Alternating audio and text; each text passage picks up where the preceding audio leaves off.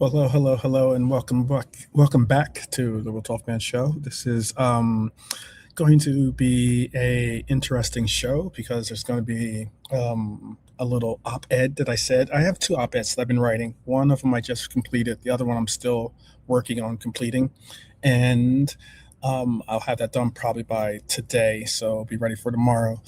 But yes, there will be fire, as our beloved Salah used to say. And speaking of fire, we have a hot one right now, and that is Lee. How are you doing? Oh, not bad, not bad. I am sweltering in the heat, and if I had the camera on, you'd see that I've got no top on because of the heat. Windows all open so the wind blows through.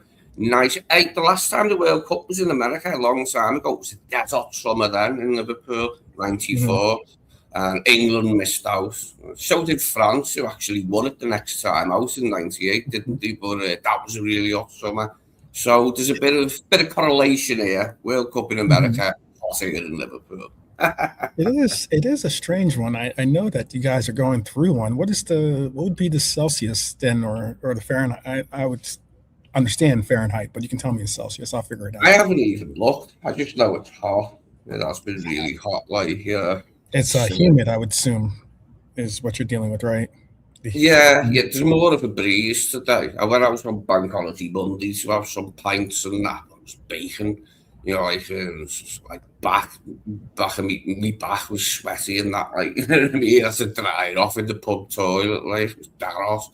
But, yeah, nice at the moment, nice at the moment. I'm looking forward to the World Cup now. Not as much as I used to. I used to be more into it, like, when I was younger. But I still like it, still enjoy it. It's a good thing, isn't it? And you know what's funny about it is that you just spoke of the World Cup, and you're saying 1994. That was the one. That's the one you missed out on. It was 94, right? Yeah, Graham Taylor was the manager, and they had a picture of him on the on the Mhm. back of the newspaper with his head like a turnip. It was a turnip with his face on it. It was Mm, funny, like, but it weren't funny missing out on the World Cup because it was the first time it was in America. Do you know what I mean? It was somewhere where they speak English. We could have went and been in it, and we bloody weren't. But right. as I said, neither were France, who did go on to win it 4 years later when it returned. So, swings and roundabouts. Hmm. Yeah, no, I was just bringing that up only because I happened to be wearing the. Well, if you can't really see it, but this is the kit that the 1994 World Cup team wore. Actually, it's kind of I didn't plan it that way, but Yeah, yeah, it happened to be rocking it. just a coincidence. Yeah, yeah, yeah. I can remember it now. Yeah, I can remember it quite well. Like, that World Cup and that. There's quite a few players like I remember from it. Alexi Lalas was the one because he was quite, Yeah. he was quite camera friendly and that really to have a laugh. I always remember him. Oh yeah, Lexi Lawless, uh, Tony Miola was big. Carlos Bocanegra, Balboa, Yeah, was yeah. very, very, very big. And these are players that went on to play at in excelled levels as well. And then my favorite, and I thought that actually a player, someone that I've met before. He Mm. was he used to we were friend we're not friends, but I knew him because he was associated with U.S. Soccer, and that's Tab Ramos. Tab Ramos is like he was back in the day. He was the man. He was I think out of that class of '94, I think that he was possibly the most talented out of all the players that played. I think he was the most talented out of all of them. I want to say Preki was on that team, but I'm not sure if Preki was on that team or not. There were some really, really good, big, really, really good names on that team. Really good names. McBride, sure. McBride was huge when he went over to England, and Mm. uh, I thought he played well for Fulham. To be honest He with you. did. He did. Yeah, quite a few of the American players and stuff coming over then. Like, I mean, I think there'd been maybe one or two before, But then after that World Cup, there were quite a few come and played in the Premiership and acquitted himself well. And Brad is one of them. I can't believe there's one other player that I'm trying to think of, but I can't think of him on the top of my head. It's sad because it's probably gonna... Kobe Jones. Yeah, that was a good one. That was a really good one.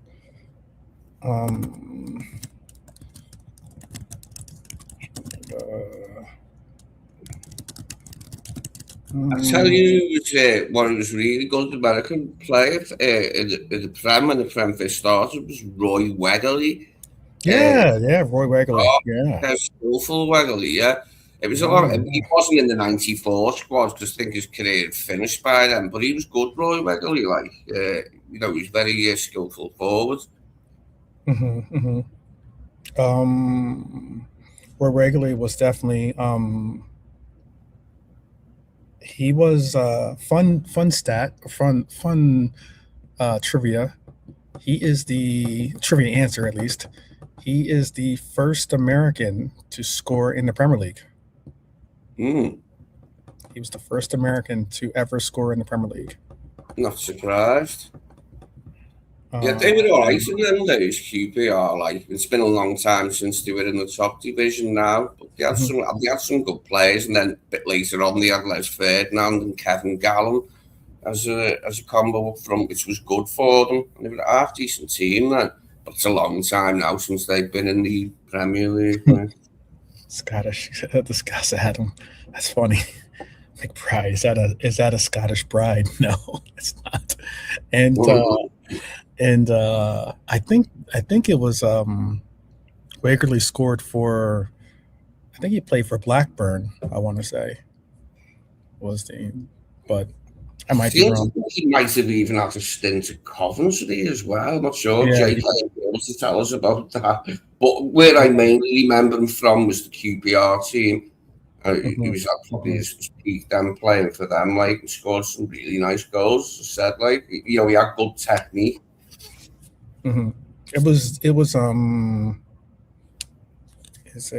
Fulham McBride. Wasn't it Fulham McBride? It was, yeah. Yeah, he did play for McBride. Fulham. They used to call it. Or at least I know we here on this side of the pond would call it Fulham America. They would call it, because like there's so many American players that played for Fulham, they would make the last part America or something like that. The player I was trying to think of was I just thought of it now. I'm going blank on his name again. And it's sad because he was a good player, really very good player. John Harkes. I don't know if you remember him or not. No, yes. You there, Lee? Yeah. Just talking to myself. All right. Clint Dempsey's my guy. That's my homeboy. But I was just saying John Harkes. I don't know if you remember him. He played for Sheffield Wednesday. Yeah, I remember John Harkes. Yeah, he scored a few goals for a fullback. I think he was a fullback. Scored a few goals for a fullback. Like, and Claudio Reina, he was good. He was skillful. Claudio Reina was really good. He has a son that's really good too. Plays for Dortmund. I think Claudio Reina played for in Germany as well, I think. Yeah, he did, as far as I remember. But he did well. He did well in the Prem. Yeah. Remember, we were all linked with Pulisic for ages. Before we even get into it, because we're going to do a show about this as well. I know JK was talking to me about getting together a show. We're going to try to think of some way to like make it fun as well, to include like maybe some type of game or something involved with the World Cup coming up. But I didn't get your feelings on the World Cup team for England. How are you feeling? I haven't paid that much attention to it. I know England's qualified, but in terms of watching the last one I watched, it was a bit of a crap performance. It was on Channel 5. Like, I can't remember who it was. One of the teams from the who played, and we were crap. Yeah, I think we do, but I haven't really kept up with their form. I'll have a look. I mean, Tuchel's a good coach, and there's plenty of good players in the squad. But I mean, they're usually flattered to deceive England. Like, as many good players as there might be, it's putting it all together like at the right time. But you know, maybe a quarter-final spot or something, like if all goes well for them. Okay. Do you think that you have the firepower to get past like a France or something like that? Yes, on a good day, yeah. Probably. They'd have to have a really bad day, though, if we were to play and beat France. Okay. I remember we beat them on the opening day of the 82 World Cup. It's the first one I can remember. I was only a little kid, like, and we beat them on the opening day. They were a really good team as well. Brian Robson scored, like, 2 goals, I think. But they were a really good team, I fancy 82, with Platini, Chires, Rocheteau, Tiana, players like that. Yeah. We got some. My U.S. team has some players like that. I know Haji Wright plays for Coventry. He was a very big part in the reason why they got promoted as playing in the World Cup. Tim Weah, everyone knows his dad, but he's also a very talented player himself. We were just talking about Claudio Reyna. Gio Reyna is his son. That's who's playing. He's made it for the final lineup as well. Trying to think. Tyler Adams, you've seen play before, I'm sure. Weston McKennie's going to be there. Obviously, Christian Pulisic and Sergino Dest. He's been solid, Weston McKennie. Like, he's been linked a few times, like, with us. But, like, you know, he does a good job. He's competitive, like, isn't he? I think that McKennie would do well for Liverpool because he's got the right temperament for. I know that some people don't really particularly might not be excited by the idea or something, but he is like a hard working midfielder, isn't he? And that's something we seem to be. I'm not saying that midfielders haven't been working hard this season, but you know we need something else, don't we? Like, I'm not saying he's it. I'm just saying we need new blood in midfield. Everyone can see this, can't they? A lot of names being thrown about, like being thrown into the ass. To be honest, like I've said all along, I don't really know who it is exactly who it was. Just how the club make the right decision. Because if Arne's in charge next season, any new signings are going to really have to hit the ground running for us to have a decent season, I think. Do you know what I mean? Yeah. That's the whole thing. Red Armchair supporters trying to trigger me with the Freddie Adu. But, oh, man. Freddie Adu is just another reason why you got to double check certain regions of the world's passports. You have to double check their birth certificates. If you can. What was that about? Freddie Adu is a player that was coveted to be the next. I remember him well enough, yeah. He was coveted to be the next Pele, but that's because he was also deemed to be younger than he actually was. Right. Something on those lines. It's kind of like, it's kind of one of those things. Anyway, yeah, seasons may be over. Liverpool's biggest work is yet still in front of us, though. This has been a weird campaign or end to a campaign, and this is now one of the biggest question marks of a season, or of the end of a season, is now upon us, in that where and what do we go forward with? Are you big up to Ian, by the way? Evening. Hope that you're well. A new name to the group. Big up. Welcome. Make yourself comfortable, and hopefully the others will get to know you just as the same way you can get to know them. Shout out to Red Armchair supporter, hi Laura, and also obviously Adam and Red Armchair supporter. Definitely big up to all of you. It's kind of a unique place that we are, though. I mean, the end of the season, were you happy? Were you content? What was your feelings? What would you say your feelings were? the end of the season. Yeah. Relief. Relief. Okay. Relief would be the main thing. And just, I'm hoping that, like, you know, if he does stay here early, that it can't be any worse next season. Is probably the most enthusiastic I can be about next season at this point. I'm sure that with a load of new signings and that, you know, and a few months in between what's just gone before, you know, I'll be able to get excited and up for it and that. But yeah, it can't be worse than last season. Hopefully, like, can't put in another one like that. So that's something we can definitely look forward to, I think. I was asked this question on the Fan Zone. Big up, shout out to KJ and Dean that were participating in that show earlier today, and I also got asked this question about Arne Slot and how I felt about, you know, the future, if he's going to be here, blah blah blah. I'm going to ask you this question. I'm going to ask the chat too, because I just saw Scouse Adam says he just wants Slot to go. You know,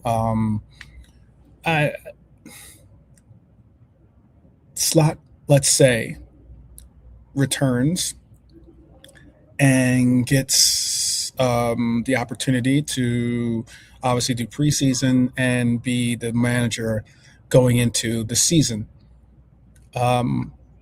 What is going to be your mindset behind that? Are you going to, like, how are you going to approach it, and how are you going to ready yourself to be able to tolerate it? I've heard some people, for instance, say that they're going to take a year off from football, or, you know, or they're going to be on loan in Bundesliga or La Liga or something. Yeah, a little bit strong, a little bit hyperbolic from some of our fans saying, like, that they're not going to bother this season watching us. I sort of get it, though. I get where they're coming from, but that's going a bit too far, not actually watching us for the season.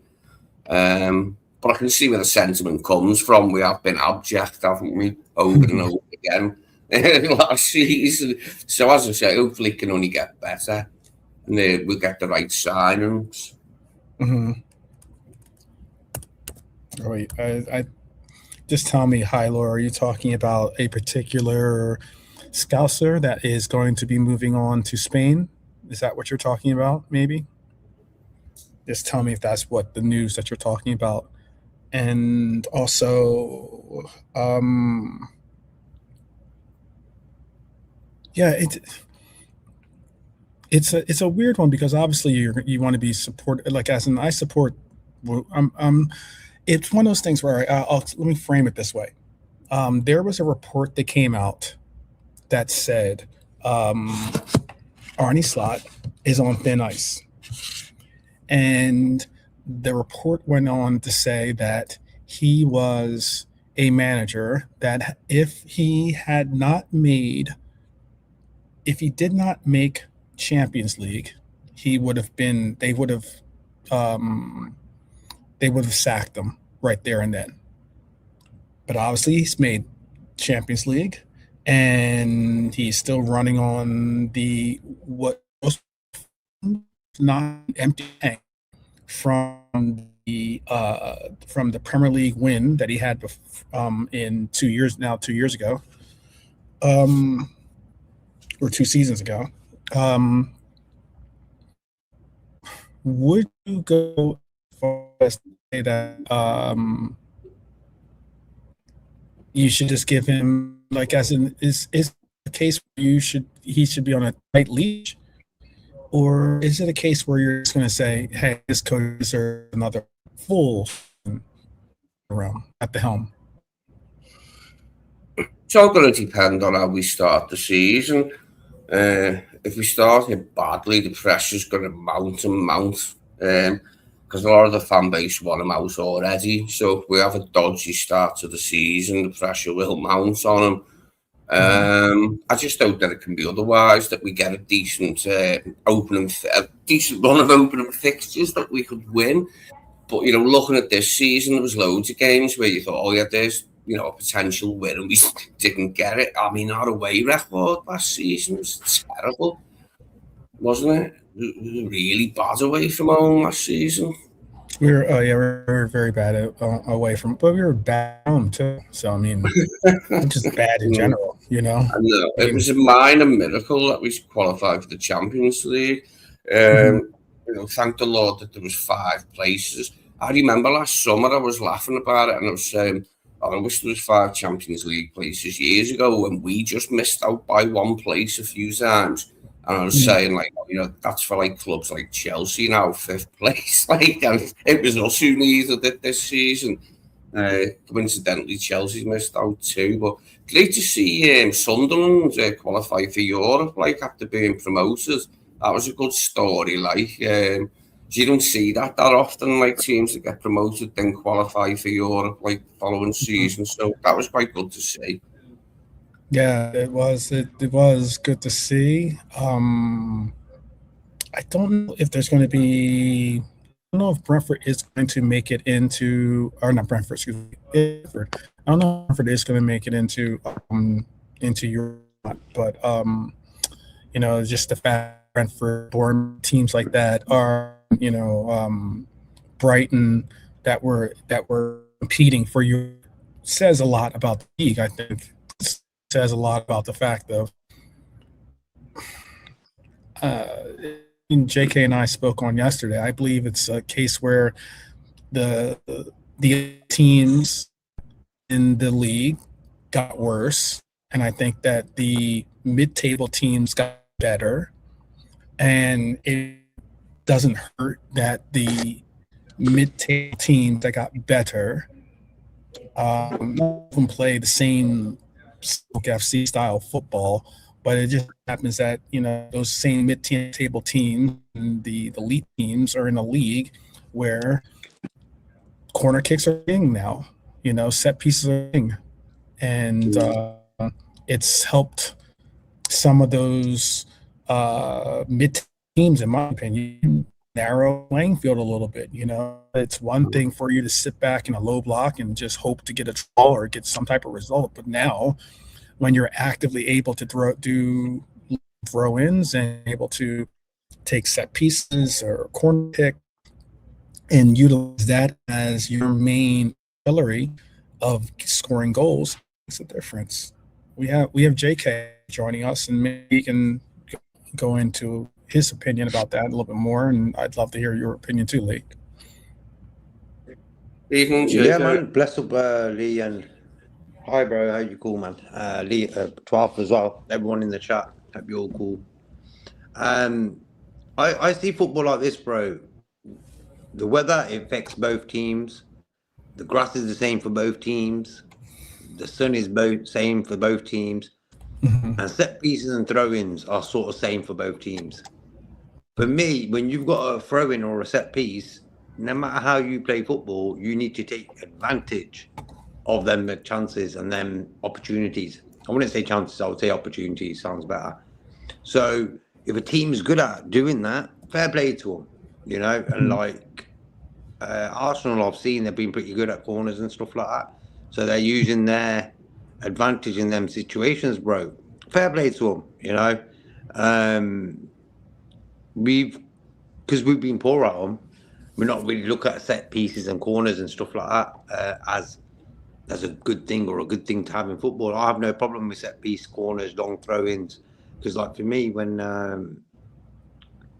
you play an FA Cup team in the third round and they're like 3-4 divisions below you, what they do is they get everyone behind the ball. You're playing at Anfield, for example, and what they'll do is they'll try to get a corner, and when they get a corner, they'll chuck everyone up. Why? That's probably the only opportunity they're going to get a chance to go up that end of the pitch. Long throw-ins, when they get a throw-in, our end of the pitch, they're going to try that, bro. So it's like an old school thing with that. And for me, as a manager, you've got to use your brains to get the best out of your corner kicks. We get 3-4 corners a game on average, I would say. Okay, some games more, some games less, whatever. And we've got to take advantage of that, bro. You've got Konate and Van Dijk, two of the tallest centre-backs in the division. Van Dijk got a lot of goals this season, bro. He's probably our top scorer. You know what I mean? But that's what I'm saying, bro. I have no problems with teams using them methods to get goals on the scoreboard. Well, our scoring from corners hasn't been too bad this season, but defending them, we've been crap, haven't we? Keep getting that off, defending corners, but we scored plenty this season. I think I heard, just before the season, Andy mentioned, that we'd scored almost as much as anyone, bar, one or two clubs or something like. That's what we're down to. Yeah. And Helio, yeah. I think Gordon says. Andy Gordon, bro, that's the latest I've heard today. Yeah, Lee's favourite player. La Liga. He is going to La Liga. He would run wild there, I think. It's interesting because I don't know what I mean. I'm interested to see what it's going to mean. I'll do some research later on. I'm interested to see what it means for Rashford, considering that they both play on the same side of the pitch. Does mean the Rashford? I think he's going back. That's what I read earlier a little bit. Yeah. And I think Rashford did all right there. I think it was good for his career to go there. Get out United, man. I'll tell you the truth. I think Rashford going to Barcelona was one of the better things he's done with his career. It was obvious, he gets to live in Barcelona. He gets to play with absolutely fantastic players, plays under a great coach, and he gets to, really express his game. He's played well. He's excelled there in La Liga, and he knows that he's capable of playing not only in the Prem, but also in a league like La Liga too. And he's also now able to return to a Manchester United side that no longer has a manager that is going to be, that is going to be foreign to, no pun intended, or foreign to his style, and foreign to his cultural approach to football. In essence, he knows that he's a Manchester United player for the most part, plays to that style of play, and so it'll be very interesting to see what Manchester United do with the player as he returns with a fresh start, possibly a fresh start. Is he in the World Cup squad? I can't remember. I do not know. I only saw U.S. men's national team. Let me see what England. I know I only seen Harry Kane. Yeah, there were a lot of players that were left off the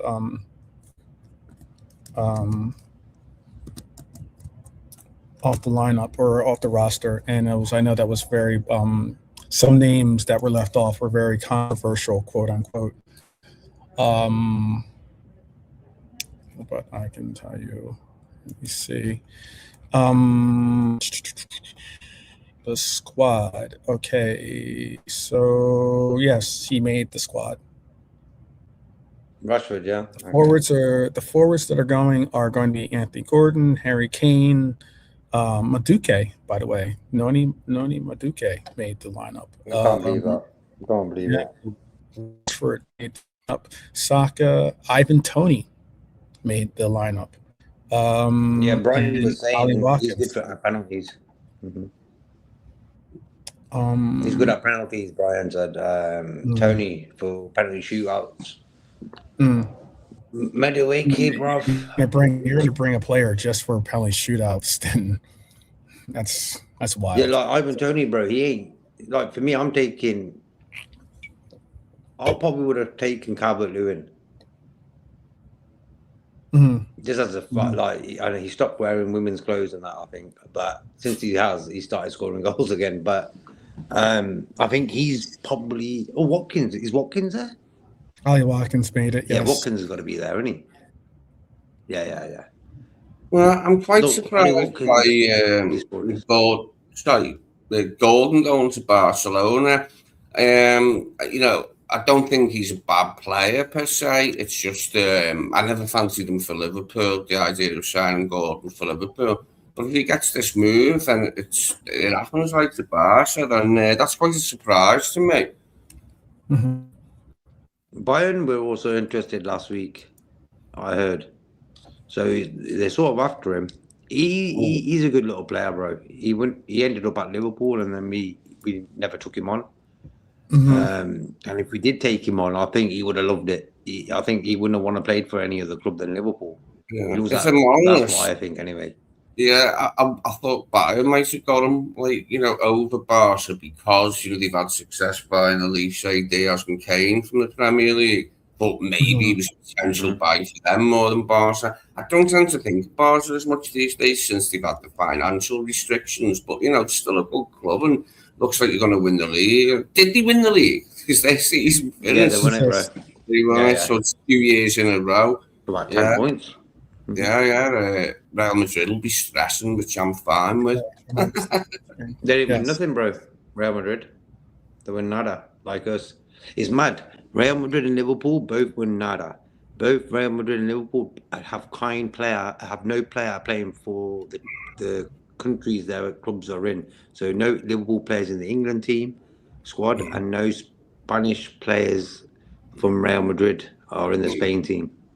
They weren't very good when I was a kid in Real Madrid. They were never in the European Cup, like they were always in the UEFA Cup or the Cup Winners' Cup.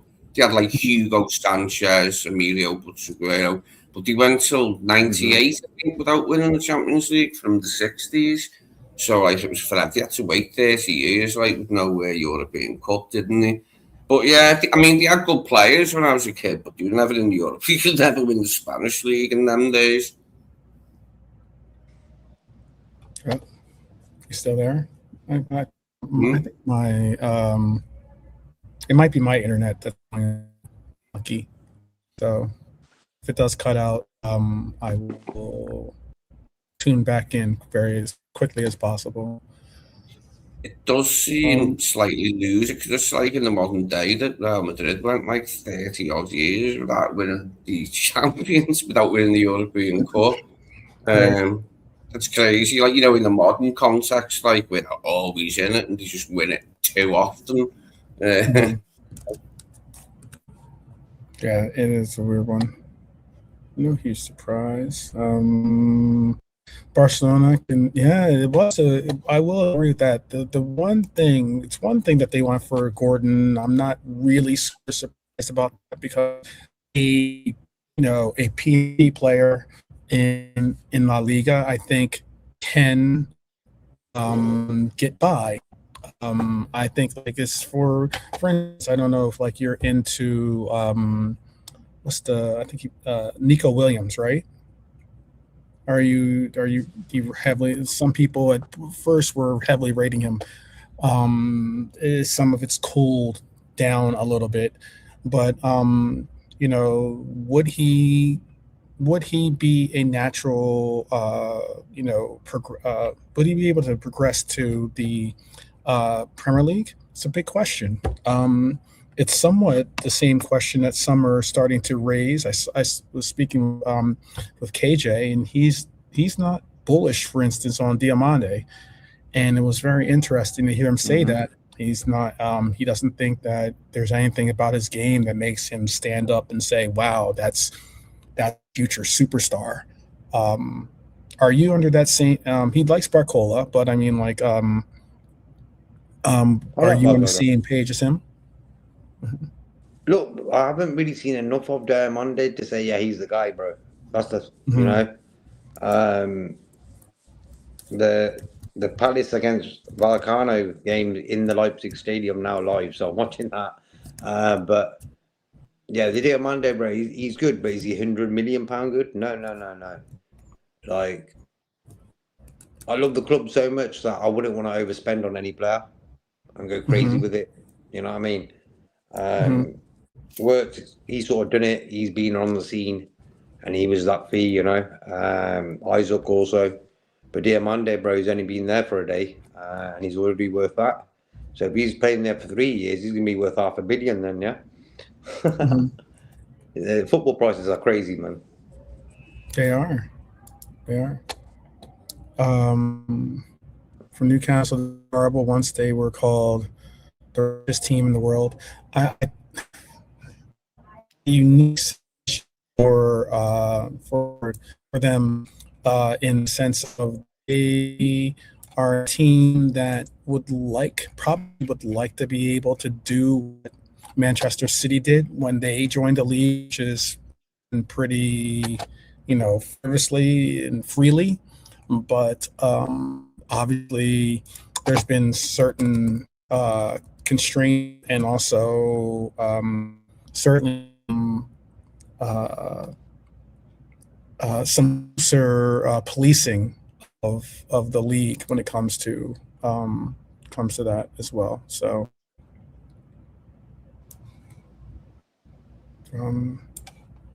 because they simply cannot just buy. They're selling their players. They're talking about maybe Tonali going to. Do you think that we should get into the race with Tonali? By the way, I like him. He's an idea that I don't mind. Over a few others, that have been mentioned. Not for me. But it seems like Arsenal like him more, innit? He'd probably go there maybe now, given the state of play, like with last season, the way we performed and where Arsenal are now. That depends, though, I suppose. Like maybe they'll get tanned in the Champions League final. No, for me, Tonali, good player. Not for me though. If I was going to choose a player from Newcastle, probably Bruno. Bruno. I think he's got that grip we lack in the middle of the park. We need an out and out DM, bro. Out and out DM. Couple of wingers, Barcola, Diamande, if you want to go that way. Like for me, midfield, I was like Fernandes from West Ham, Gibbs White from Forest. I like them too. They put grit in them. I like Gibbs White. He's really impressed me over the years. Fair play to him, man. But that Fernandes from West Ham, bro.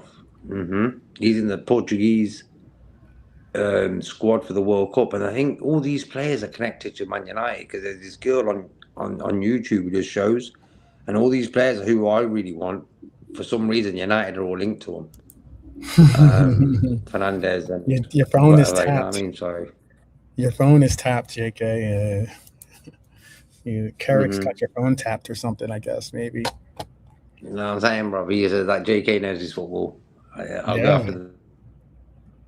And go after whatever it is. But then it always seems that way too. I mean, like Chelsea's very similar in it seems like whenever there's a Liverpool player that we have suddenly on our radar, it seems like all of a sudden Chelsea is involved in it as well. So it is what it is.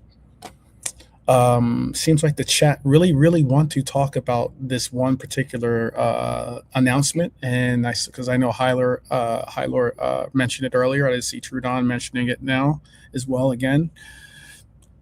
It looks like we knew that there was in the process of happening, which was Robbo moving on to Spurs. If they stayed up, if they got relegated, it would have been a different story. But if they stayed up, then he would have been. He obviously would have been the person that they're going to go with, or the player that they were trying to bring in. So, with that said, like, what are your feelings on that? What are your feelings on Robbo leaving and becoming a Spur? Well, it's a good move for him in that it's like quite a big club, despite performing badly for a couple of seasons. I mean, he did get the Europa League win last year to our delight because it was over United. But they've had a terrible season.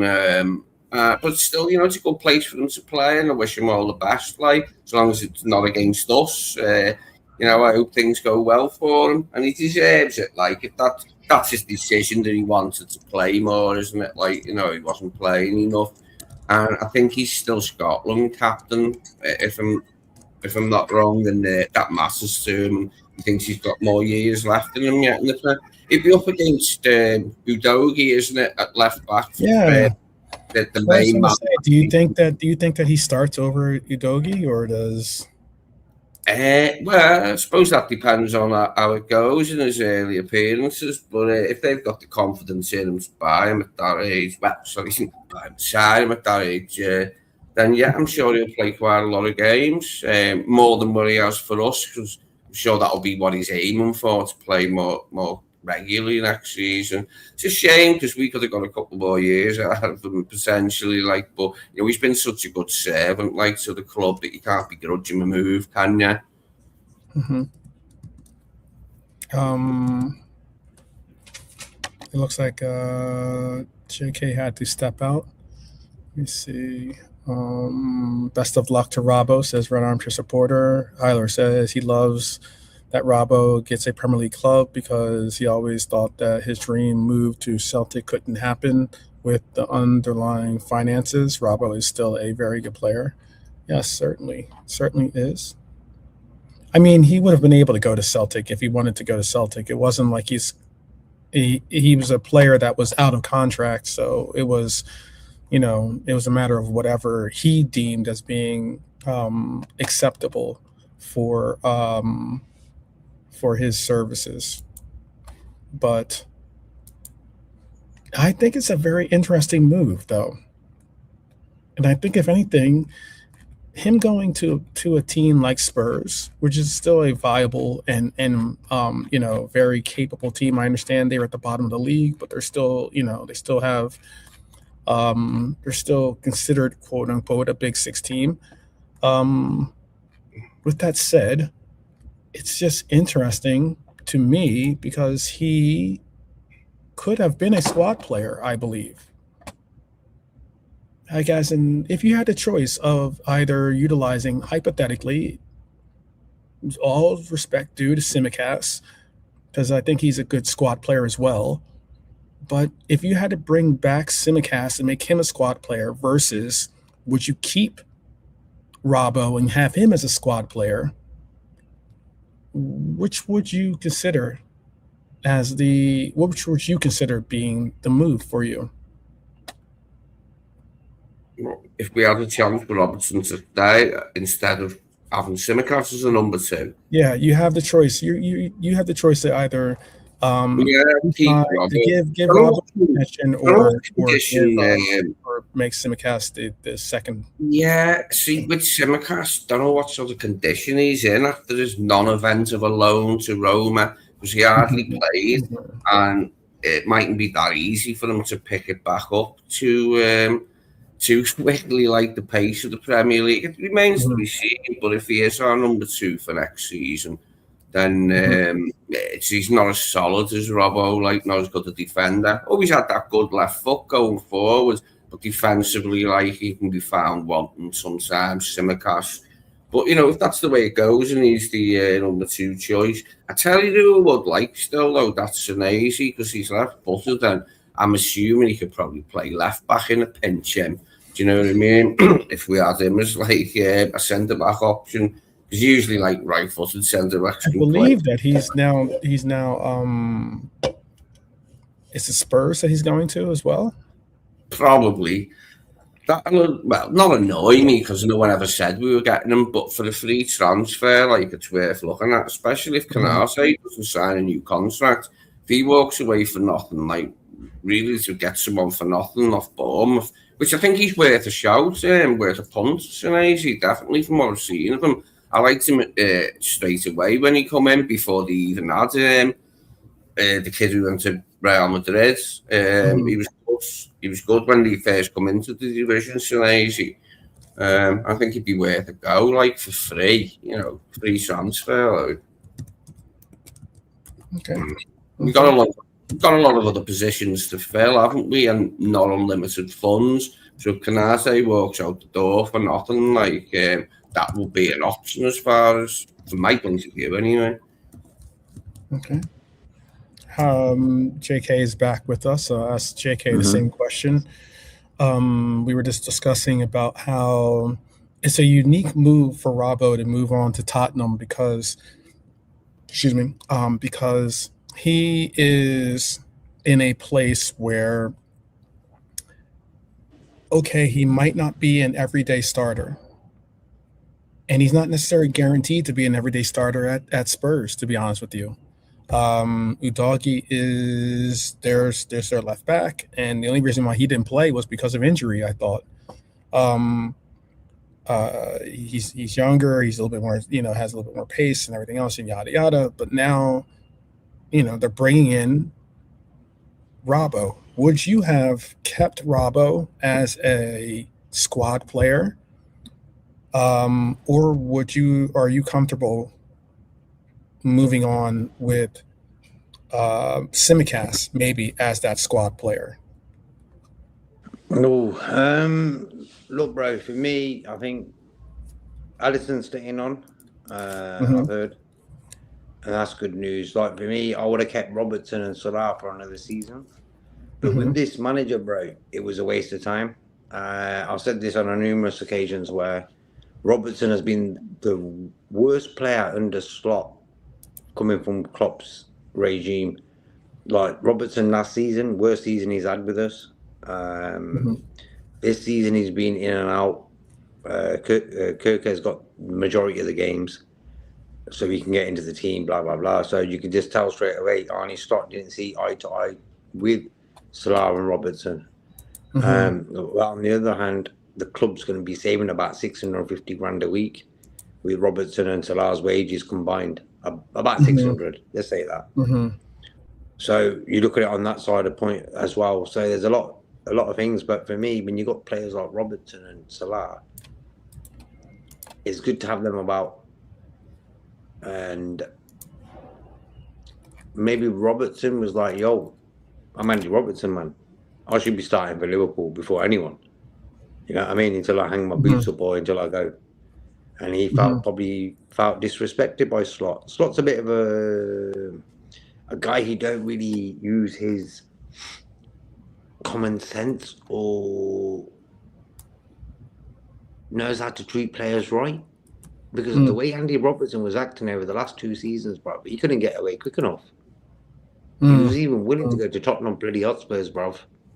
So if that's not a red flag or alarm bells, I don't know what the fuck is, Yeah. Robertson one really annoyed me in the way he was being treated in the last 2 years since Klopp left. And so much so that he's going to go to Spurs. Come on, man. Yeah, it is what it is. So if Tsimikas comes back, one thing you know what you're going to get from Tsimikas is 100%. And the games he would play with, and after when Kirkus needs a rest and that, it ain't going to be games that he can't handle, I believe. You know what I mean? So, yeah. It's hard to get players who are happy to sit on the bench, bruv. Hence why I was happy to keep Elliot, Kwanzaa, these type of guys who sort of happy just to play for Liverpool.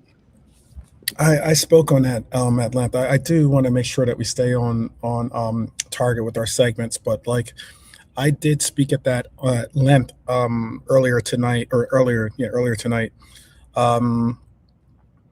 with when approached with the question about Arne Slot and the style and the players that we're choosing, and I like I said, do I have some still you want to call it animosity or some still fervor against the fact that our coach is still the coach that we have?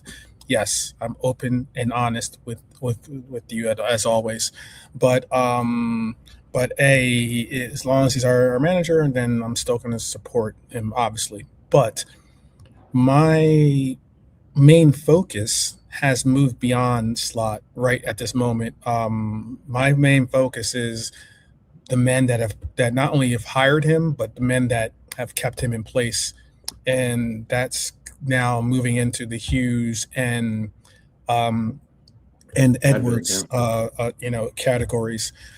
Tomorrow, like I said in the beginning of the show, I'll have my op-ed that I'm going to have. I have an op-ed that I'm writing on Hughes, it's not going to be nice, and I will openly admit that there will be fire, but it is where we're at right now. And in the case of, and Lee I would love to hear Lee and both your opinions on this, is that my personal opinion was players like Elliott, Endo, Curtis Jones, players that might not be quote unquote world class. Okay, those players, okay, are players that you need on a team, despite the fact that they're not world class. And some might say, "Oh, well, I want a squad top to bottom, 20 some odd players of just straight ballers. I want world class players top to bottom." And that's not a possibility. And why I say it's not a possibility is that world class players want to play. They want world class minutes, So you're not going to have a team or an ability to give players the time on the pitch that they're probably going to want. And they know if they're world class, they can get those kind of minutes at another team. That said, you have to have players like your Elliots, who definitely, don't get it twisted, Elliott, Curtis Jones, they all want to start. But they also know that there is a hierarchy, and also understand that this team concept has to be the first priority. And I've said it again and again, as in why you like to have a player like an Elliott on your roster is because despite the fact that he wants to start, he's not going to make a big stink about it in the locker room. He's not going to throw his toys and make a big stink about it and cause division in the locker room. He's going to be a team player. He's going to look at the team concept of what the team is shooting for, which is silverware, and play his part. And that's why often when we get into these conversations about players that should be quote unquote Liverpool level, I think people don't really relate the context and the real sentiment of what that statement should entail or what it should be connected to. I think that if you can't get more Liverpool player than an Elliott, I don't think you can get more of a Liverpool player than a Curtis Jones. The thing about Curtis potentially going to Italy is they want players for peanuts these days, the Italians. I mean, just look at Napoli. When they supposedly wanted Darwin, they offered us about a £5. It was a little bit more than a £5, but it was a joke of an offer that they made us for Darwin before he moved to Saudi. And that's the problem with Italian clubs now, even Inter, who been in the Champions League final in recent years. They just haven't got two pennies to rub together, really, in terms of getting a serious bid out of them. The Italian league is a shell of itself, former self. I mean, back in the days when they had, Maradona. Everyone was there. Everyone was there in the old days. That was they were the toast of Europe. But now it's not the case, and these teams are struggling to hold on to. I wouldn't say hold on to their players, but struggling to give their players commanding salaries. It just so happens that and I think that's it. It's a testament of why Italy has struggled in international play, to be honest with you. As in the talent that they've been producing in the league, I think is formidable talent, and it's not as nearly the level it used to be. But then again, one of the reasons why some of those levels aren't the way they used to be is because the league they're playing in isn't the top of the tier league anymore. You don't have the ability to have a player pool that is playing in a league that's top tier, and you're able to refine these players into playing against the best talent in the world. Maybe that's just my opinion, though. I guess it is just my opinion. The quietness. No, I agree with you, bro. Look, I'm at the point now where when you look at football and you think, I could do that better than that guy, or whatever. I know a guy who can do better than that guy. But you ain't going to get the chance to do that. When you look at all these managers, Graham Potter, whatever, they're all fucking jokers. And then you got a person like Arne Slot who comes in, and the thing about him is he's so stubborn, bro, that he won't even realise players like Curtis, Elliott. For me, Curtis should be a better player today than he should be. Like, he hasn't really fulfilled what I expected from him, but he's definitely improved this season. Like, in certain ways, he's improved. Slot didn't help him out. They had a little bit of an argument. 2 months he was out of the team, whatever. Elliott straight, he can go to Birmingham, he can go to Villa on loan, and you won't get no game time. But it don't matter, you're out of here. I don't give a fuck. That's Slot's that's Slot's demeanour. I've had enough of that crap. He's destroyed a squad there, the vibe there. Okay? Have you seen Florian Wirtz when he was coming on the pitch on that last game of the season, bro? And then you see Florian Wirtz today joining the German camp in America, bro. He was all sort of chirpy, looking happy and that. And why wouldn't he be? I think, yeah, because he's around his homeboys now. Tell me 5 games. Tell me if you remember 5 games in a row that Florian Wirtz had started in the same position / role on our team. Can you remember a 5-game span? Yeah. Can't. Yeah. I really can't. Yeah. Like, for me, I'm playing him in the centre of the just beyond the striker. I don't want him on the left wing. He's played on the left wing for Germany, smashed it against Switzerland. He got 2 goals, 2 assists. So he can play that role in that. But for me, when you've got players like him on your team, you need someone in there who's going to give him the adrenaline push, you know, that the petrol for his game. Like, you got to talk to him, give him that encouragement, whatever it is it needs for him to tick. And what happened with him, bro, he started off slow, and then slowly started getting used to the speed, started getting goals, started getting assists, and then bang, he got injured. And he wasn't right since he came back. So he scored against Palace in that game. So I just wish more from Wirtz this season, but for me, it's down to the manager.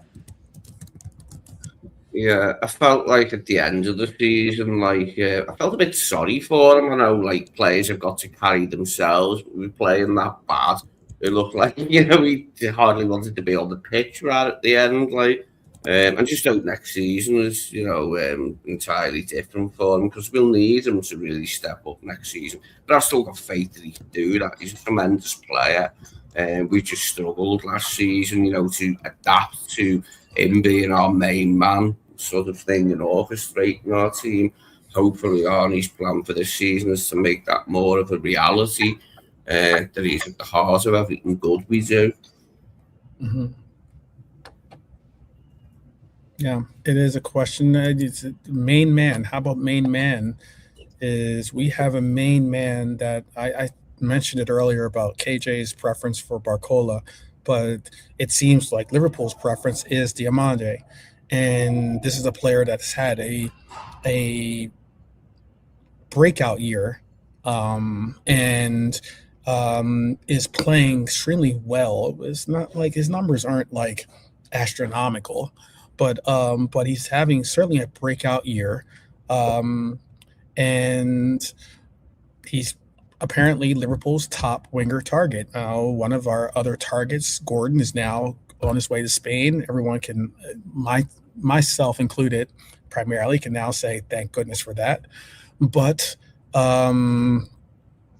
Romano's been talking about it. Ornstein's been reporting about it. Even Paul Joyce has been reporting about it. These are, like, you know, the 3 wise men when it comes to Liverpool news.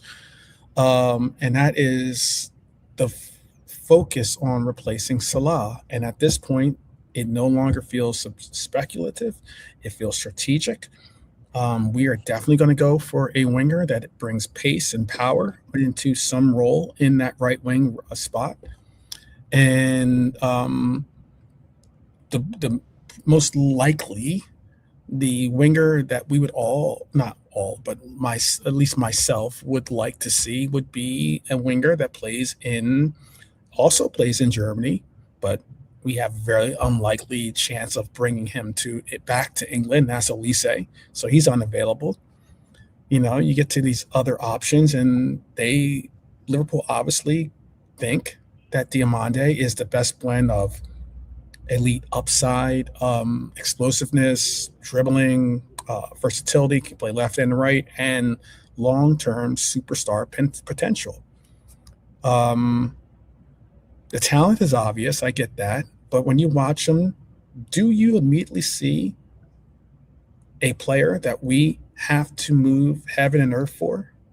86 million was the starting point. We've already apparently gotten into a bidding war that has raised this price up to, reports are saying, 100 million. Well, you've got to look at what else is around within our price range. I mean, Bayern just wouldn't sell Elise like this summer, and even if they did, it'd be probably more money than we could afford right now. Diamande, on the other hand, different kettle of fish in terms of the price. Like, we could afford potentially, say, £85 million, which would take it, I don't know, over the 100 mark in euros. And like, yeah, he's got the pace, and he is what we're lacking at the moment, is pace. Now that, like, once Mo got older, and Gakpo hasn't really got blistering pace, has he? And something we're lacking in the forward line, in wide positions now, in at pace. Obviously, with Salah and Mane at the peak, like, we had it in abundance, and we need fresh blood, don't we, on both wings, really? Like, I mean, we've got Rio as well, like, he carry on coming through. But Cody's just had an uninspiring season, and I hope that can be different for him next season. Cody's not going anywhere. Like, he recently signed a new contract, so we just got to hope that next season he can have a better season. I mean, he'll definitely be needed in lieu of Hugo's absence. Do you know what I mean? Because we're going to need a sub striker to play, instead of Isak sometimes, or come on for Isak. Because Hugo's going to be out for a while, isn't he? Like, I can't really see us adding another centre forward with us needing players in so many other positions. The amount of money we've got, we can't afford to buy everything all at once. We're just unlucky, really, that Hugo's got this really bad injury, and Isak himself has struggled this season with injuries. I heard that Arne said, should he said summer season when he just said injury, which isn't the entire story, but it hasn't helped, has it? I mean, we were down to one centre-back at one point, weren't we? There was just Virgil, and we had to play Endo there. Brought Endo in, got injured and missed the rest of the season. We were cursed in defence, notably at right-back. But, yeah, the injuries didn't help, did they, this season? I just saw something. I was going to just double-check on something. The way he worded it was interesting. Heiler said Frimpong has been left out of the Netherlands squad for this summer's World Cup. Said that announced his 26-man squad for the tournament in the U.S. with only 3 LFC players included.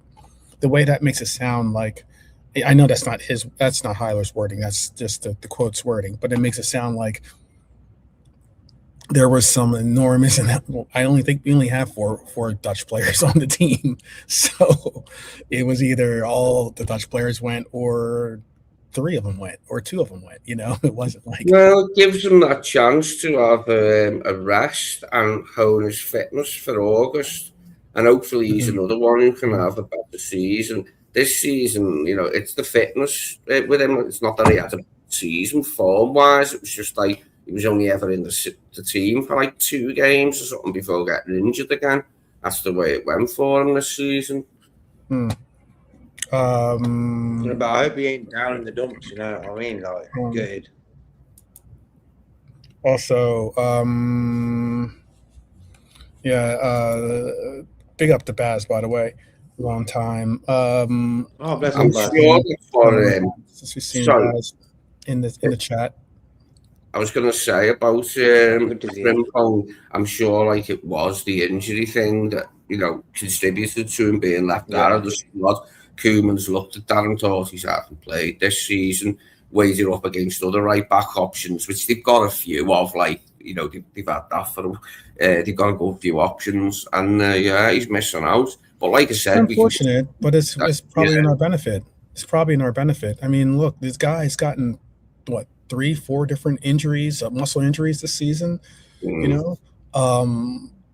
Let's hopefully he'll have some time off, recuperate, build up his muscle stamina, and be able to, you know, withstand a season in the Premier League. Otherwise, you know, we might have to find another alternative at that position for him instead. There was something else I was going to bring up. Because we're talking about Diamande, and as Baz was saying, 100 million is a lot. I'm going to give up this scenario because this was something that was asked in a show a couple episodes ago, but I said I was going to give my choice, but we didn't get to the segment, so I didn't get an opportunity to, I think, say who it was that I thought we should go or what we should do. I know some people aren't very interested in exactly bringing in Diamande, but I mean, I think that with some very selective, or, you know, a very selective, very cavalier style of bringing in a deal that might move the needle and get us the player. I was thinking that Arne Slot, unfortunately, does not want to give Elliott a real run. I think he should. I think Elliott should be welcomed back to the team. I think he should be a part of this lineup. But being that Arne Slot isn't going to give him the time, being that he's had a whole year off from football, I know he would. Yeah. He wasn't interested in going towards. He played here and there for Villa, but pretty much a whole year off. And he's not interested in going to MLS. He's not interested in going to some of the other options that were asked or that were given to him. And being he had so many different types of loans in the Premier League, he couldn't go to a Premier League team. With that said, would you give your thumbs up approval of us working out a deal with Leipzig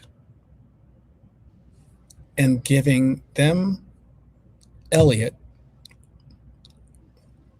plus cash on a swap deal for Diamande? That would be good if we could do it, maybe, but it's whether they want him. I don't know, dude. He was linked, wasn't he, with a German side in the summer before Villa took him on now? Mm-hmm. Was it like he was linked to Leipzig? Ah, right, okay. That's handy. Yeah. If they still fancy him, then yeah, maybe it'd be a move for him. I'm not sure about him coming back. I like him in that. He was the one that originally didn't. He was the one that originally didn't want. He wanted to stay in England. He wanted to stay in a team to get that he could possibly get an opportunity to, you know, stay home, stay close to his family, and also stay close to the national team, and get an opportunity. And that didn't work out. And I think that this would be a fantastic opportunity. Leipzig's a good team, and it would be an opportunity for him to be. I think he would be a starter for them. He could definitely, I think, perform very well in the Bundesliga league, and I think that he could not only be a starter for him. Huh? They got Champions League as well. Yeah, and they got Champions League. I think they finished third. They finished third, yeah. Okay. Yeah, the reason to say that about him, maybe not having a future with us, is that we've got Wharton Szoboszlai in that position that he plays. Do you know what I mean? I mean, it can be. I think it's less about that. I think it's more about wing, and we did often use him on the right wing, but really you're looking for a player with pace to replace Mo. So like his best position is that place where Wharton Szoboszlai playing off. What? I thought it was less about with this manager. Mm-hmm. I was going to say that, with this manager does not care one or two hoots about Harvey Elliott. That's Because if he exactly did, where I he was would have going. realised how he got treated in the first 4, 5, 6 months. Mhm. Got the sheets in, how many minutes he's had, this, that, and that. He thought, you know what? We're in a bit of a pickle on the bench. We ain't really got enough players in there who have been there and done it. And Mhm. Harvey Elliott was that guy. He would have I saved think he Slot's can. ass on a number of occasions this season, you know. So Yeah, but I think it's again is that he would be scared to, and maybe scared might be too strong for a word, but still, I just think that giving Harvey Elliott the opportunity to shine, and giving him the opportunity to cement himself as a player of choice, or especially as a player that's beloved, even more beloved by the fandom, would be counterproductive to Arne Slot's direction that he has, or vision of what he looks for this team. And I think that's again another version of why I think Arne Slot is not the real. I don't think he's the proper choice to go forward with, but it is what it is, you know. I can't emphasize that more. I just think that Elliott is a player that, when given the opportunities, he's played well. He's given 3, 4 opportunities. He scored in almost every opportunity he had in every game he played in the Champions League. yeah, 3 in a row. Look, bro, at the end of the day, it's not the player, actually, it's the attitude. And that's what it's all about, football. Like, for me, you can have the best players in the world. If their attitude stinks, you're going to lose everything. And what it is, we've lacked the right attitude this season in the squad. Okay, with the players that Arnie and the crew and his boys who are employing him have taken out the squad. Like, for me, Kwanzaa and Elliott were a no-brainer, bro. Okay, you're looking at it, 70 million. But the Harvey Elliott thing didn't happen, so it's only the Kwanzaa deal that happens. Now I heard, we'd love to get Kwanzaa back. No, we don't. It's just like, that makes no sense. You know what I mean? People make some bullshit up. I'm like, why didn't they just loan him out then and say, you know what, listen, lad. I mean, we do have a buyback deal. Go to Germany, play a season. He's in the England squad now. Bang. He'll be ready to play next season now. Why? He's confident. Right. And this is what I'm saying. A lot of wrong mistakes have been done at the club under this regime with Slot, Edwards and stuff. Yeah, some people used to say Klopp keeps older players too long and that. But these players, what they bring to the table is experience and leadership. You know, your Robertsons, your Salahs and that. These aren't going to be quick enough to get rid of these two. Let's be real now. Yeah, they were like pushing them out the door. Well, that's a perfect segue to the next topic then, and that's basically who's really to blame. Because, you know, if you really look at the conversation that's being had by the majority of people online, it is that there's distinct culprits that would be, you know, your main suspects. You know, and what I mean by that is you might get everyone's culpable of it, but, you know, Slot deserves criticism, the recruitment team deserves criticism, squad build deserves criticism, the ownership deserves criticism. This season was a collective failure, and, you know, the buck stops with the coach and the board, and obviously the players are accountable too. Don't think that they get a pass, but I mean, Arne Slot's the boss, and he's the one that ends up getting either the praise and then accolades. When he was winning, there wasn't enough sunshine for him being thrown his way, and now that he's not the belle of the ball, he is now all of a sudden been very, very roughly criticized by a lot of people. Sometimes too much. I wouldn't say too much, or sometimes too harshly. But with the words they use, calling, But I'll tell you something, bro. When you look at Brighton, and they're not Brighton. When you look at Bournemouth and Crystal Palace, okay, them two teams last season got rid of their best players. their defender for Palace and Eze. And then you've got Bournemouth, who got rid of all their defence. Both these teams were better this season. Us, we were champions. We got $500 million to spend on players, so we vastly improved the team. We didn't get rid of, actually, we got rid of players as well, but we bought a lot of decent players in. And what happened to us, bro? We got worse. So them two teams got better by getting rid of their best players. We got worse, bro. You can't make this shit up. Yeah, no. I'm going to hear. I want to hear what Lee has to say, but I was just going to finish up by saying, because I have a question for him. But look, Arne Slot's made some mistakes. He's made some very big mistakes, I think, with some of the directions, some man management, some tactical decisions. He's persisted way too long with some struggling to come to solutions. He's failed to adjust quickly enough at times, like as in sometimes it'd be like 65, 75 minutes into a game, you're like, when are we we wouldn't even have our first sub in the game sometimes. The squad usage became questionable and certain tactical fixes arrived months too late, I think, on this team. But what was most notable to me was those of us that were asking for a 4-4-2, and we were asking for this diamond midfield. Some of Liverpool's best football came from when we played a 4-4-2. And you could ask yourself, why did it take so long to get there? I'll ask Lee, what do you think was Arne Slot's biggest tactical mistake this season? What do you think was one of his biggest downfalls when it came to managing the way he ran this team? I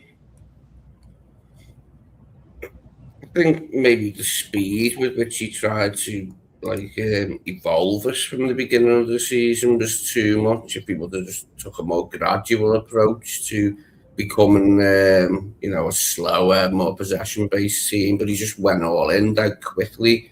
And the buck stops with him. Like, some of the criticism might have been harsh, but as you alluded to just before, he got plenty of praise when he won the league from our fans.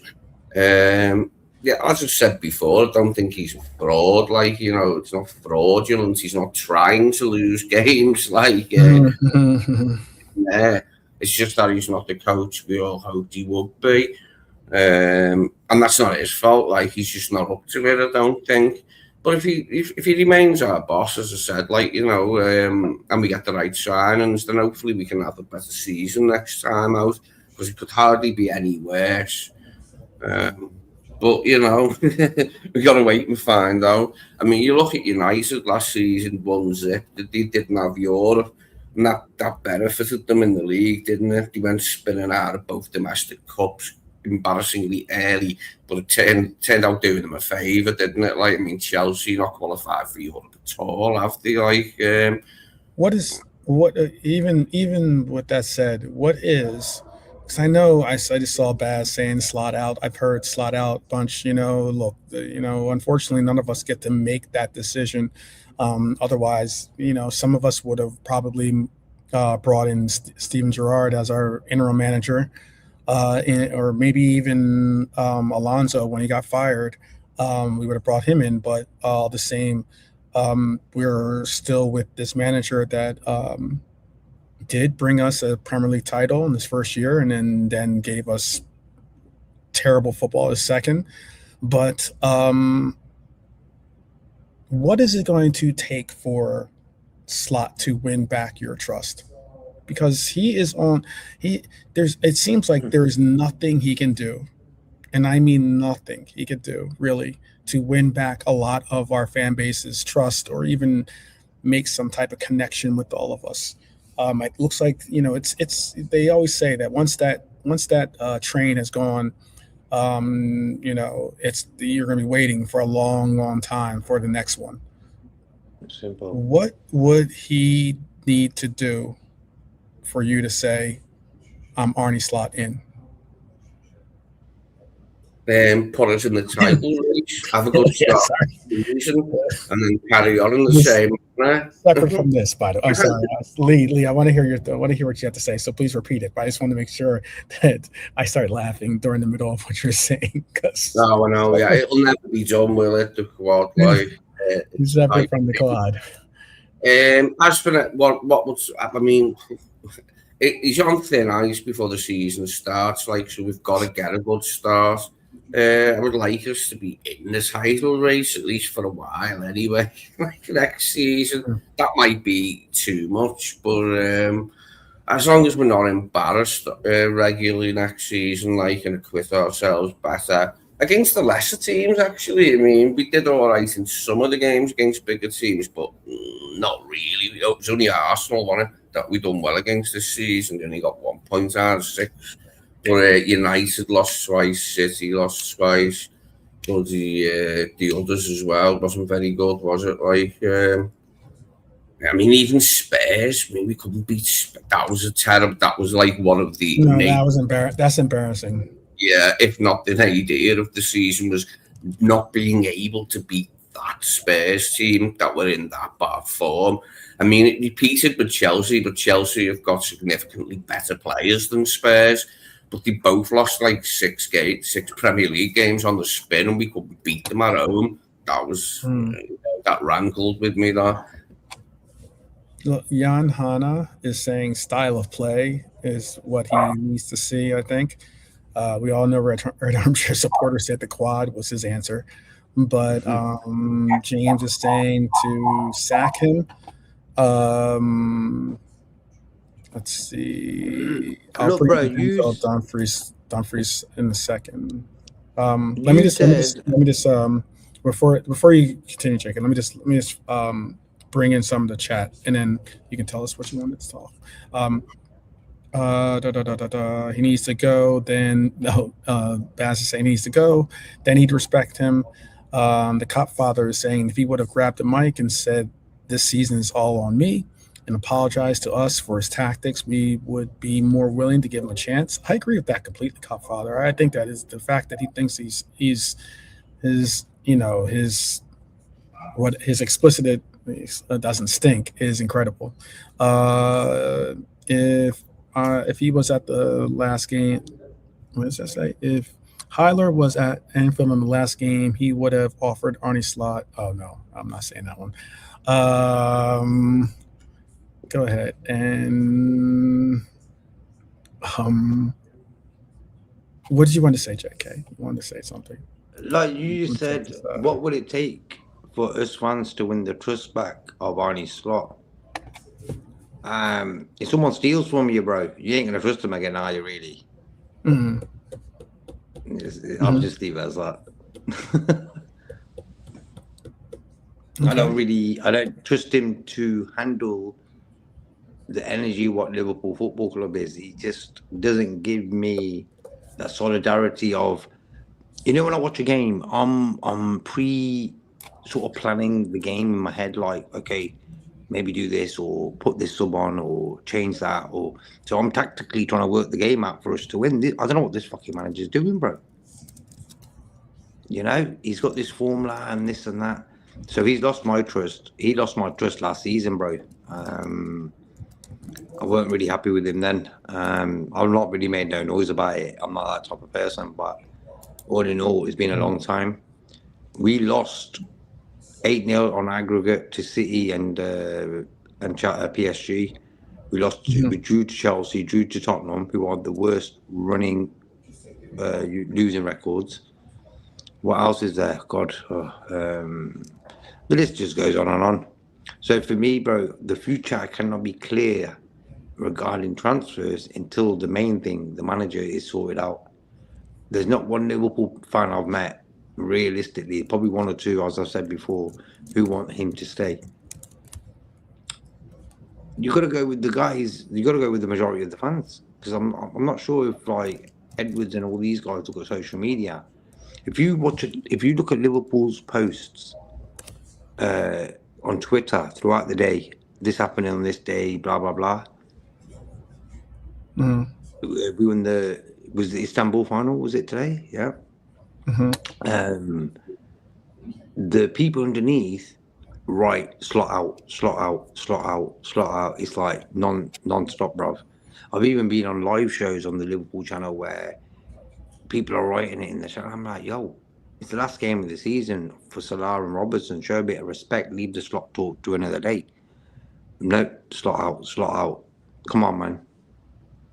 You know, I thought these guys are into data and bloody tactics and all this. They can't read the screen then. Slot out. Every comment is slot out, bro. So enough's enough now. We need to get back on track. When a Man United team can finish above you in the Premier League after you're champions, that's how crap we've been. Yeah. That was embarrassing. That was the big cherry on the cake. Final game. I mean, at least Mo got the assist. But like, I knew we weren't going to beat Brentford, you know, in the build-up days before the game for it to be the last game, because they were in better form than Chelsea, who we couldn't beat. I just knew it wouldn't be like a fairy tale ending for Robbo and Mo. But he did get the assist. Like, it was really noticeable the way Curtis didn't celebrate, though. You know, it poses a question. It was noticeable. It was noticeable. Very noticeable. Yeah, maybe. I think because he thought Salah was offside. I think. Yeah, it could be. Let me just say this too. Baz is probably just saying that because he knows I would hire him on the coaching staff. Baz would have a position on the coaching staff, so that might be a biased opinion. He knows that I'm not. He knows, just like JK and Lee know, and Nalante, the whole lot. Yeah. We're all going. If I'm going to go coach, everyone's going with me. I'm taking Helio, Red Armchair, Lee Whiskey. Yeah, exactly. We're getting the whole band. We'll find positions for you in the team one way or another. We'll find some place for you to be able to contribute. There was I have a question real quick for you, because I wanted to ask. You can tell us in the chat too. Please do tell us in the chat. When you see this name, when you see this, what is your first? What are your first thoughts? Like, how would you, if you're trying to explain or describe what you feel and how you feel, or what your thoughts are connected to that era of Liverpool? What is it that you're reminded of when you see that name and you see it next to the era of Liverpool? Boring. The Roy Hodgson era was boring. You know, Roy Hodgson always played boring football. We knew that when we got him, and that's exactly what. And this is the same. I mean, we've never conceded this many goals, have we? We've broken so many unwanted records this season. It's been a record-breaking season for breaking bad records that you don't want to break. The most goals ever conceded, the most defeats. It was just terrible, wasn't it, from start to finish? And we were lucky that there was 5 Champions League places available, so we could sneak in there. Last gasp. Mm-hmm. How about for you, JK? Yeah, like a dark period of the club, go nowhere, fast. And with this manager, it's probably even worse. I don't know why. I think because of the quality we've got there. When I look at Wirtz, I'm not having him wasting another season under this manager. Okay, you've seen what Florian Wirtz can do, bro, because he was like creating the most chances in the Premier League at a stage and in the Champions League. So he was doing his thing. Different lifestyle, different country, this, that, and the other, all added up to what he was probably feeling and stuff. But all in all, I just felt like the manager didn't really do enough individually to certain players to get them ticking, or like Kirkes chucked in at the deep end. And he got rattled, bro. He weren't ready for that. And I think he could have done that a little bit smoother. I just view this Slot era a bit like this Roy Hodgson era, but Slot won the Premier League title. It's mad to be saying that he's won it. No, I mean the ownership was dreadful. The squad quality was even worse. There's no infrastructure. There's no training grounds were were putrid. They were bad. There was no real financial power behind this club at all, really. And there was really, I think, no belief that Liverpool could return to the top under the confines of what was Liverpool at that time. Hodgson was appointed to steady the ship, wasn't he, after like the Hicks and Gillette era? Seen as a safe pair of hands, I think. I mean, what might have helped him get the job was he got Fulham to the Europa League final when that was still a harder competition to reach the final. We actually lost in the semi in Rafa's last year, didn't we, to Atletico Madrid, who beat Fulham in the final. But I think that did them a favour, like managing to do that. That's the gaze of our new owners.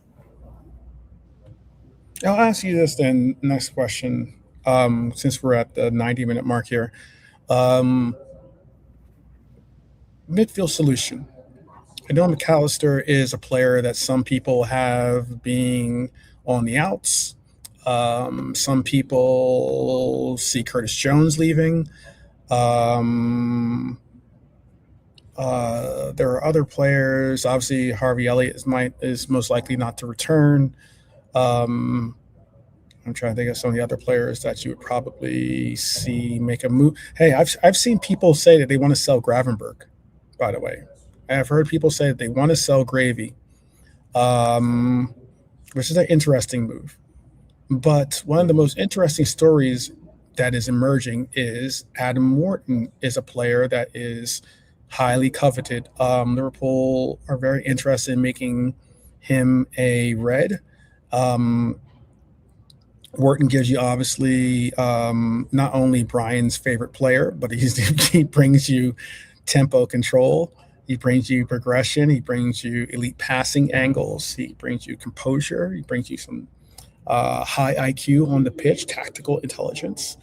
You look at it as like even as Xavi Alonso needed a Mascherano when it comes to balance.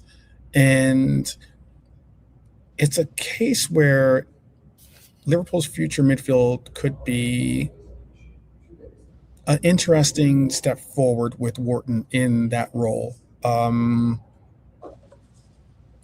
don't know if the solution I don't believe the solution is replacing Gravenberg, to be honest with you. I'm very high on Ryan being that player. I think that he needs to be dialed back into the player that was not this season, but the season previous, where he played more of a more traditional DM than the one that he's playing, or than the role that he's playing now, where you let him sit deeper, you let him break up play, you let him win duels, you recycle possession. But if you have that guy there and you have a player next to him that can become the progressive controller, maybe we're talking about a different midfield all of a sudden. But there are people that want to go to a different format, in that they would like to see us return to the 2 8s, get rid of a 10 apparently, and have a sole DM. Do you think that we should change up tactically? Because I don't know if putting Wirtz in a 8 role is the answer. But some people believe that. What are your thoughts? For me, whoever comes in midfield has to be, able to tackle solidly and cleanly, and also have the mobility to get around the pitch quite quickly.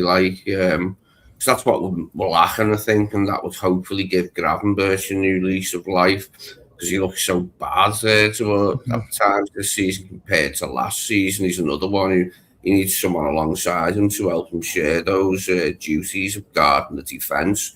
I mean, there's no wonder we conceded more goals than we ever have in the Premier League era, because the midfield just was non-existent in terms of shielding Virgil and Ibu. It was that bad, wasn't it? Like, Mac dropped off, and we're wondering, was it like the injury he might have got last season, or he got quite a few bad knocks last season? But with his horrific lack of form, and Gravenberch as well, struggling at times, there's just been no protection for the back four, and there has to be next season, or we'll continue to ship goals like by the dozen. What about for you, JK? For me, it's all about this manager, bro. I can't visualize new players under this manager. It's gonna just be a waste of time. When you add in Wurtz and Ekatika and Isaac, Frimpong and a Kirkis to your squad after you've just won the league, you should be thinking, I'm going to win the league and the fucking Champions League. What do? We win nothing. 4 competitions, 4 defeats in all them competitions. It's the manager, bruv. Same as what Baz said in there as well. Wharton might come in, this, that, and the other, but what tempo we're going to start carry on playing the same fucking first gear, second gear football. First half for the first half, 45 minutes. Then the opposition think, hey, look, we can get a look in here. These lot are a little chilled out. We can do it. Back in the days, Klopp used to destroy teams with just the energy we used to play the game at. They used to fear us. They used to fear us, bruv. Teams now thinking, coming to Anfield, fuck the point. Let's get all 3. That's the manager now. I've had enough. You know, he destroyed this season for us. I knew before the Man City and fucking Everton, Man City and PSG games, we're going to lose both of them fucking ties. That's not Liverpool football fans, bro. Normally, we're going to fucking beat City away. I'm going to do the double over PSG, home and away. That talk's gone, bro. And that's down to the manager. He's taken out all the steel from the players, the fans, out of everyone, bro. You know us 3 guys, we're pretty down to earth when it concerns bad-mouthing the manager. Okay, if us 3 we've had enough. Enough's enough, bro. I don't know what game Arne Slot's playing. Okay, if he wants to build up his own portfolio, go and do it somewhere else. Okay, winning is the best marketing tool in the world. Okay, we win the Premier League. Wurtz wanted to come. Ekatike wanted to come. Isaac wanted to come. Why? Because we just won the fucking Premier League. The owners, they can make billions on top of what they can make. They can make much, much, much more. How? By winning. If we win the Premier League and the Champions League this season again, bruv, next season we'll have mans lining up to come and play for us. And then if anyone wants to buy us, you've got to add an extra billion on top. Winning is the best marketing tool in football. You don't have to sell yourself as a club. It does itself. Okay, fans from around the world be like, fucking hell, this Liverpool team looks fucking exciting. I'm going to support them. There you go. What was also impressive about last season, as well as winning the league, is that the first extended group stage of the Champions League, we finished top out of everybody, didn't we? And had almost 100% record until we didn't need any more points, and we got a load of cash for that, didn't we?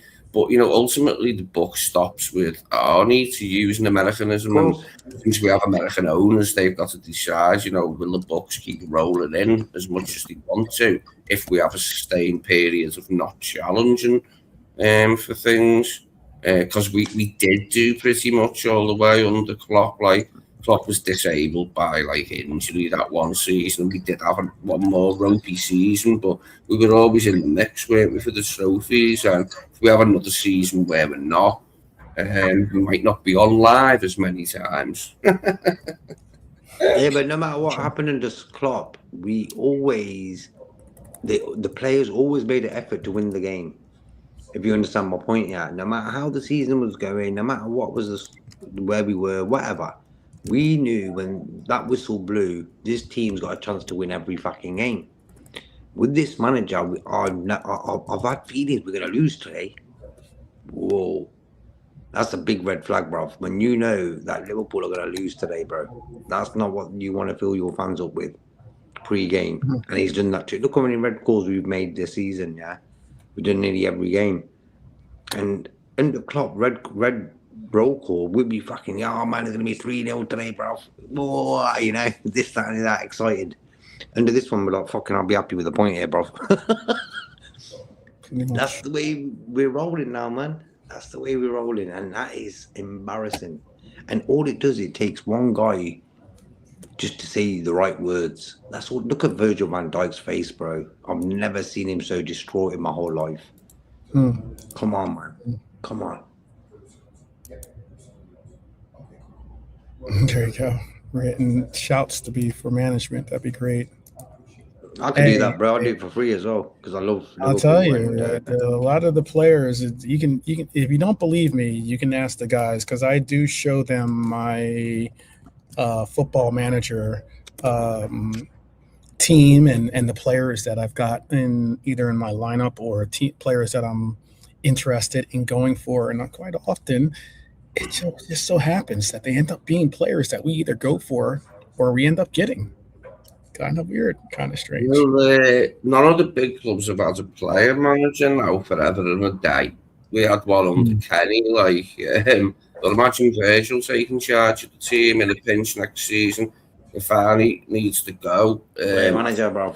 But after about that, and there's nobody available for a few months. Virgil to be player manager. That'd be great. I'll take that. I'll take anything right now. That's not bad. It is, bro.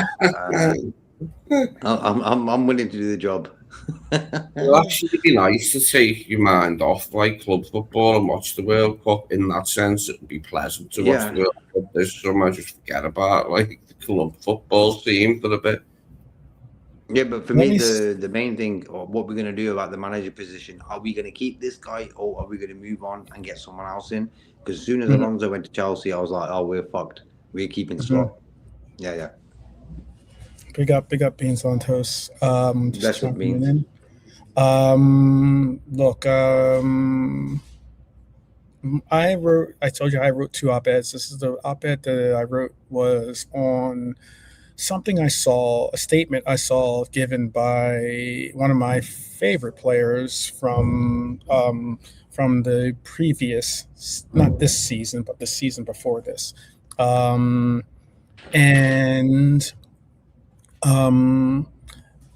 I deemed it as here. I'll put it this way. I'll put the title in so I can have it be a part of the conversation of what I called this was my op-ed title, and it was LUCHO's exit says more about Liverpool than it does about Bayern. And what I mean by that there are some departures in football that feel inevitable. There are some departures that feel self-inflicted. Lucho leaving for Bayern Munich feels like more like the second one than the first. And what I mean by that is when you listen to the words he said, this was a player that wasn't desperate for an escape from Liverpool. He wasn't someone forcing a move for glamour. Going to some like this wasn't Coutinho dreaming of Barcelona or even Lucho dreaming of Barcelona. This sounded like a player who wanted to stay, but slowly realized the club no longer viewed him the same way he viewed the club. And when you really think about it, this should concern Liverpool supporters deeply. And I've been beating this drum very loudly. And I think because I know some people's concepts of what's a Liverpool player and concepts of we have to have all these world-class players is so frequently passed around and spoken as if it's just common day conversation. But there are emotional players, there are identity players, there are chaos players, there are fight for the badge players. And on this current Liverpool team, we desperately lack a lot of those style of players. Those personalities are not with us. We have talented players, technically talented players, but not players that are of that code. Now I'll read you the quote. Okay, the quote that was given by Lucho was this, and I want Lee, and I don't think Lee or JK, unless you saw the post by Nalante and you went and read it that way, they might not have heard this post. But just sit back and listen to what Lucho had to say. And was this: he wrote, or not wrote, but he spoke and said, "Leaving Liverpool was never part of my plan. Honestly, I imagined myself staying there for many more years because the club became home to me. The fans gave me love from the first day. My teammates felt like family, and wearing that shirt at Anfield always meant something special. But football is also about feeling valued. I spoke with the club's board several times about a new contract and improving my salary because I believe my performances and sacrifices deserved recognition. I gave everything for the badge every single match. Unfortunately, we couldn't reach an agreement. That was painful for me because deep down, I never truly wanted to leave Liverpool. But there comes a moment when you also have to think about your future and your family. Then Bayern Munich came for me. They showed huge belief in me, respected my value immediately, and agreed to the salary I felt reflected my work and sacrifices over the years. As a man and as a father, sometimes you must make difficult decisions for the people you love most. I leave Liverpool with love in my heart, not anger. But honestly, part of me wishes things could have ended differently. And I think that right there, that is not a bitter exit interview. That is not, hey, bun Liverpool or bun the people that made this decision. But it was an interview that showed disappointment, showed heartbreak. This is a player basically saying, I wanted Liverpool to fight for me the way Bayern fought for him. And the result was Lucho going on to Bayern and having possibly one of the best seasons of his career. Yeah, it's been a good move for him, and we got good money, but we really have missed him. He gave that little bit more unpredictability coming from the left-hand side than what Gakpo does. And it would have been interesting to see how he sparks with Ekitike and Isa. I mean, we did get a good fee, considering his age, but yeah, I think we've missed him this season. And I did like Lucho, like he's, a guy that when he plays for you, he gives it maximum effort, regardless of what his wages are.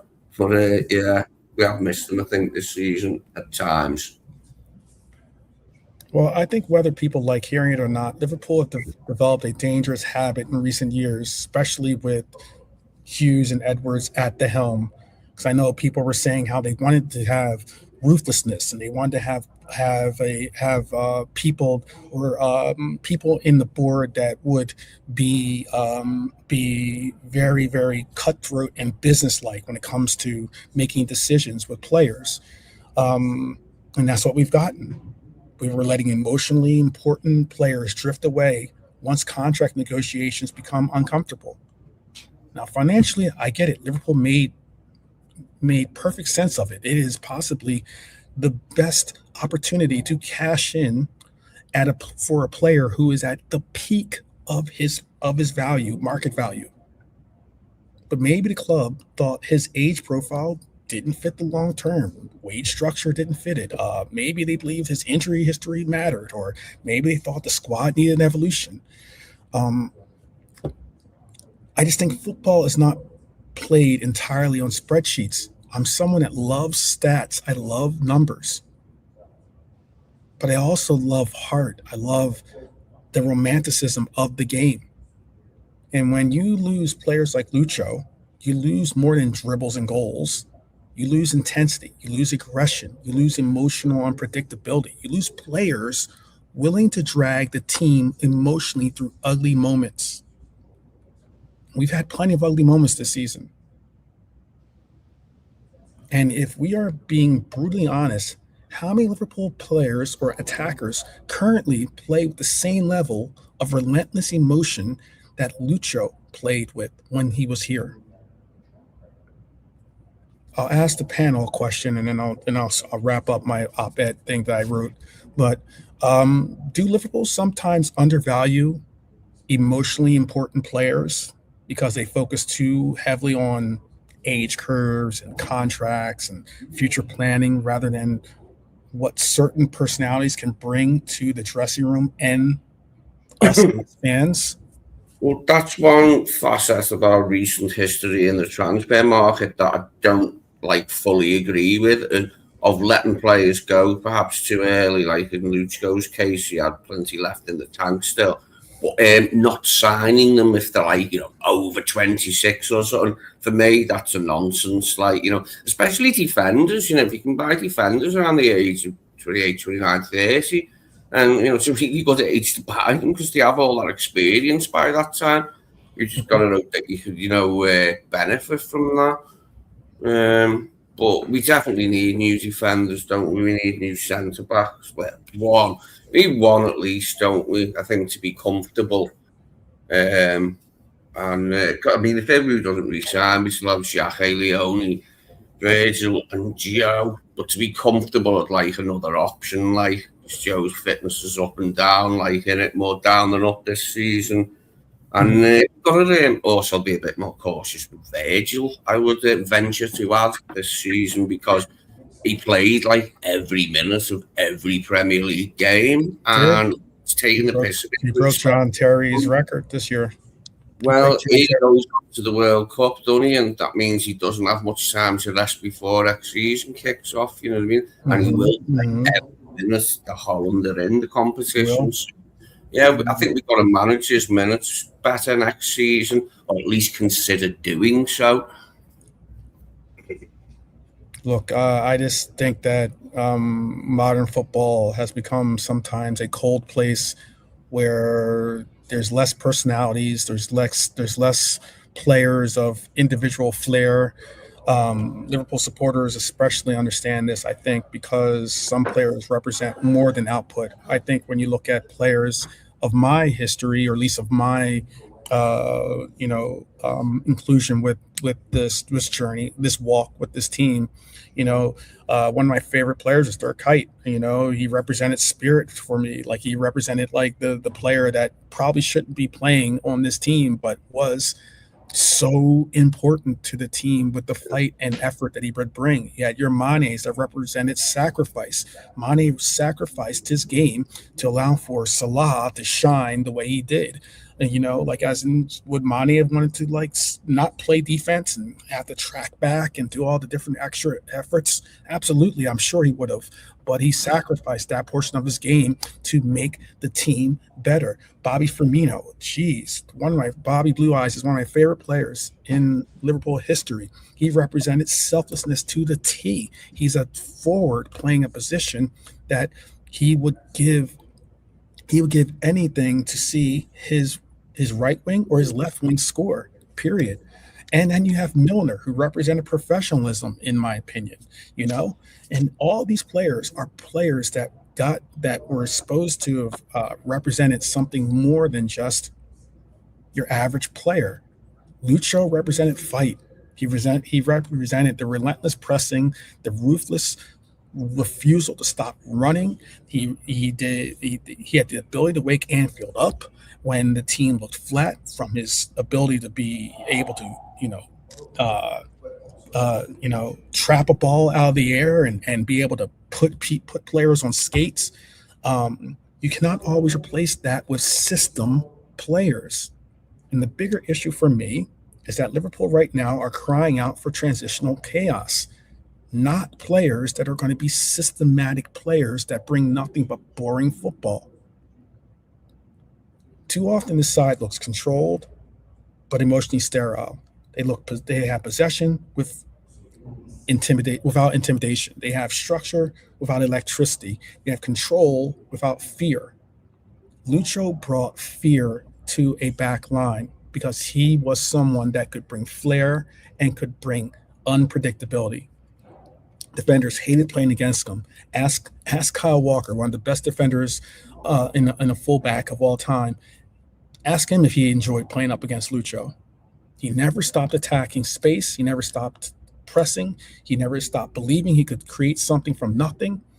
I don't care about the people that said he had no end product. Tell me about that now when he's scoring goals for Bayern for fun. He does the same for his national team. During poor team performances, Lucho was one of the few players still trying to inject life into the match. And that matters, especially in big games, especially at Anfield, especially when the crowd needs that fuel. And ironically, the exact type of player Liverpool need probably now more than ever is the exact type of player we'll let walk. That's trouble.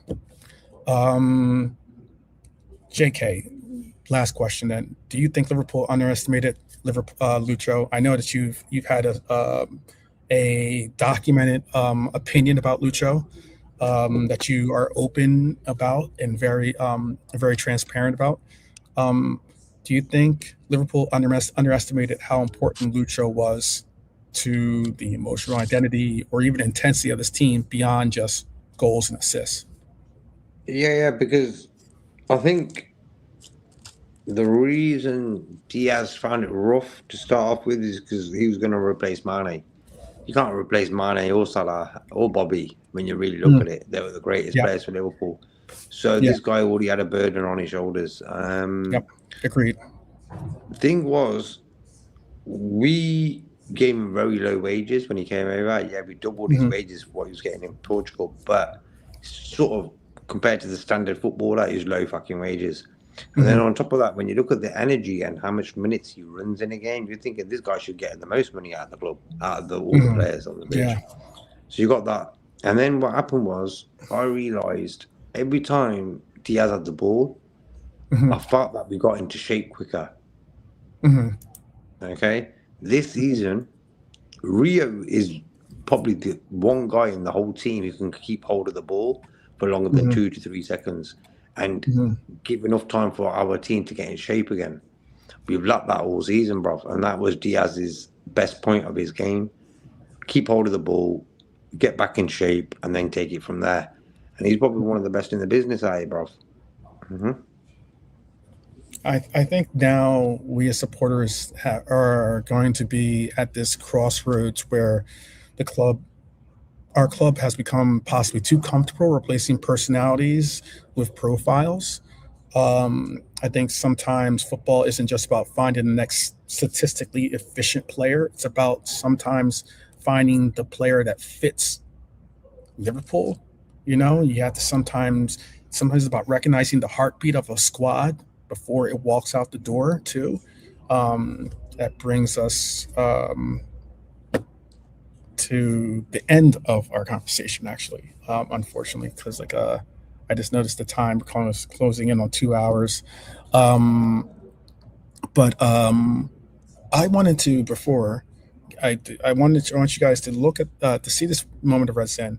I'd love for your response to it, and then you can just give your parting words to the audience. But I do have a moment of Red Zen. Let me see if I can bring it up here. 1 second.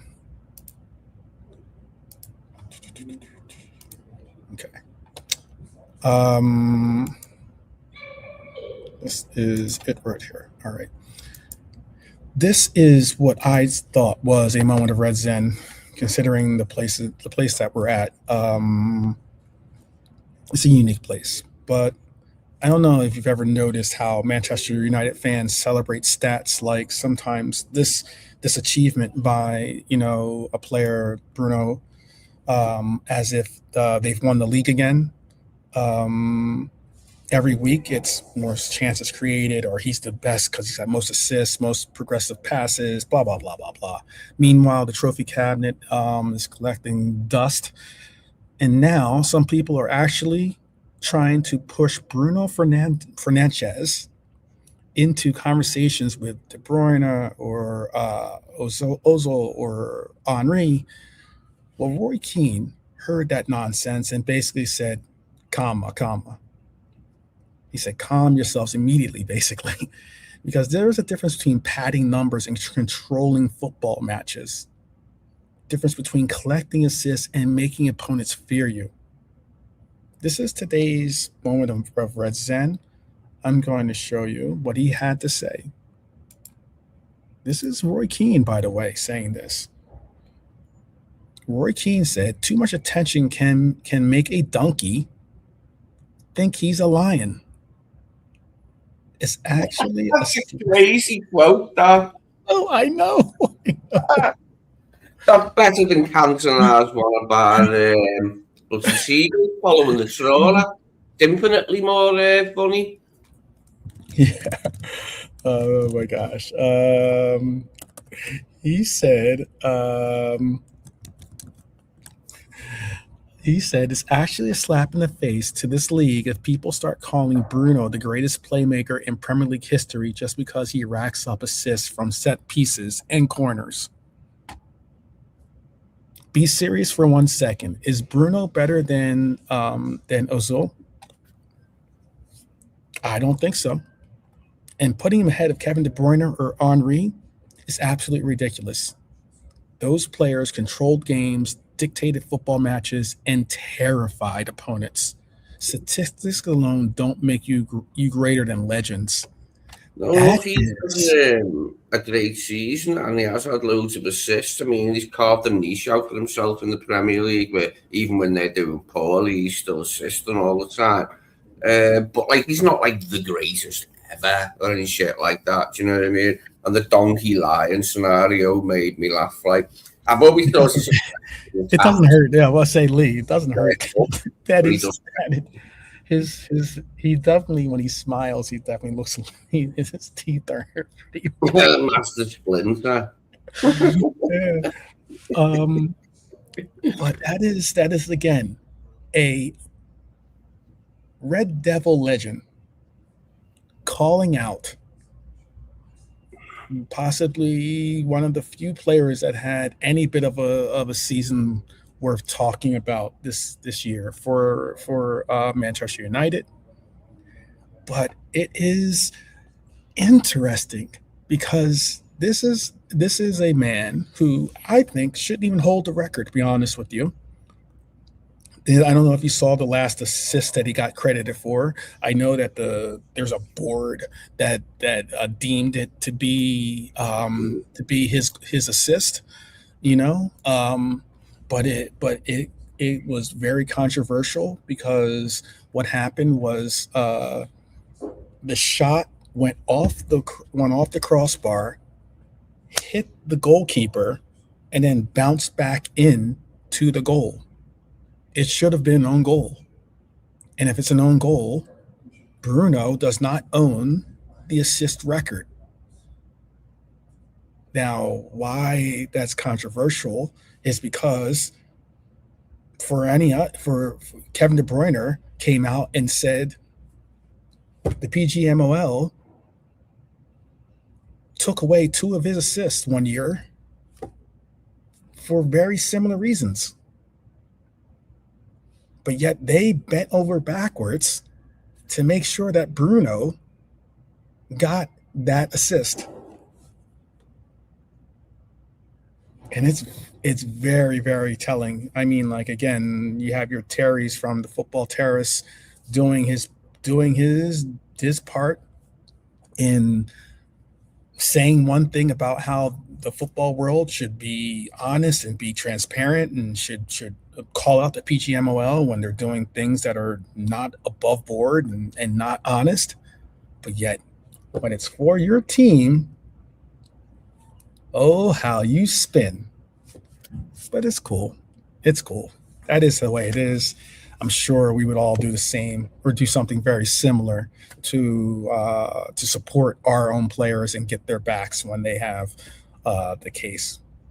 But like I said, you do what you need to do with your donkey, pretending to be a lion. That is a great quote, by the way. What did you guys, JK? Did you want to say anything before we move on, or before you say goodbye, or if we say our peace outs? Like football's become a game where winning don't matter anymore. Man's are celebrating stuff like this. At the end of the day, I bet Bruno Fernandes would rather have more trophies than assists in a season. Because for me, they're not winning nothing. Has he won anything there? He's premises? Nothing. A corner. This season, no, but he's won a League Cup and an FA Cup. Well, bro, that's just bog standard stuff for us. You know what I mean? Come on. He's he gone there. He's got paid millions. Won. He ain't won fuck all. And no. I think he's a good player. I wanted him to come to us before he went there. The fee wasn't that big. I was like, Fernandez, man, he's a good little player. He is a good player, bro. We just don't like him because he plays for the worst team in the world. That's all it is, But for me, if he got that assist in the way you said it, that's just mad, bro. That's just mad. He did. Check it out. If you think I'm wrong, do a little Google search or look at the videos that are on Twitter or X or. Which game was it? Sorry, did you say the Brighton one? Brighton. Okay. Mm-hmm. Yeah. The shot hit the crossbar. The goalkeeper, with his extended hand, the ball hit the crossbar, hit his hand, and then went back into the goal. Yeah. That's not a goal. That's not an assist. No, that's not an assist. Because that's not even a shot on target, technically. So what, did it fall to a United player, or are you saying it went in off the goalie and they're giving him a goal, even though it hit the bar and come back and hit the goalie? There was a commission. There's like some type of commission that does like reviews. Yeah. And they deemed it as a goal, and they deemed it as an assist for Bruno, so that he could keep the record. A goal on an assist? That's crazy. Well, no. He didn't get if it's an own goal, he wouldn't get the assist. Right. I haven't seen the evidence yet. I didn't bother watching the final games, but he did have a really good season, though, assist-wise, and he can finish quite tidy, on his day. Good pen taker. He's been a good signing for them. He's been one of their better players in recent years. And he was fully responsible for our defeat, wasn't he, at Anfield? He's had a fantastic season, and I'm not saying he hasn't had a good season, and I'm not saying that I'm just saying that it's very interesting, as in how they bend the rules. How they bend the rules. I mean, we're talking about the PGMOL that decided that Movamo can basically, put the ball into a headlock and it not be a handball. And then why it's not, and why that makes it even worse is because when he did that, I thought there was a rule. Tell me if I'm wrong, but there was a rule that said a handball, whether it's deliberate or inadvertent, cannot lead to a goal. And that's what happened. He had the handball. He was then able to get control of the ball, and they were able to progress it into a goal. But like I said, but we all know Harry Maguire is the biggest donkey there. I was so happy when he didn't get called up for the England team, bro. I was so happy. He was crying.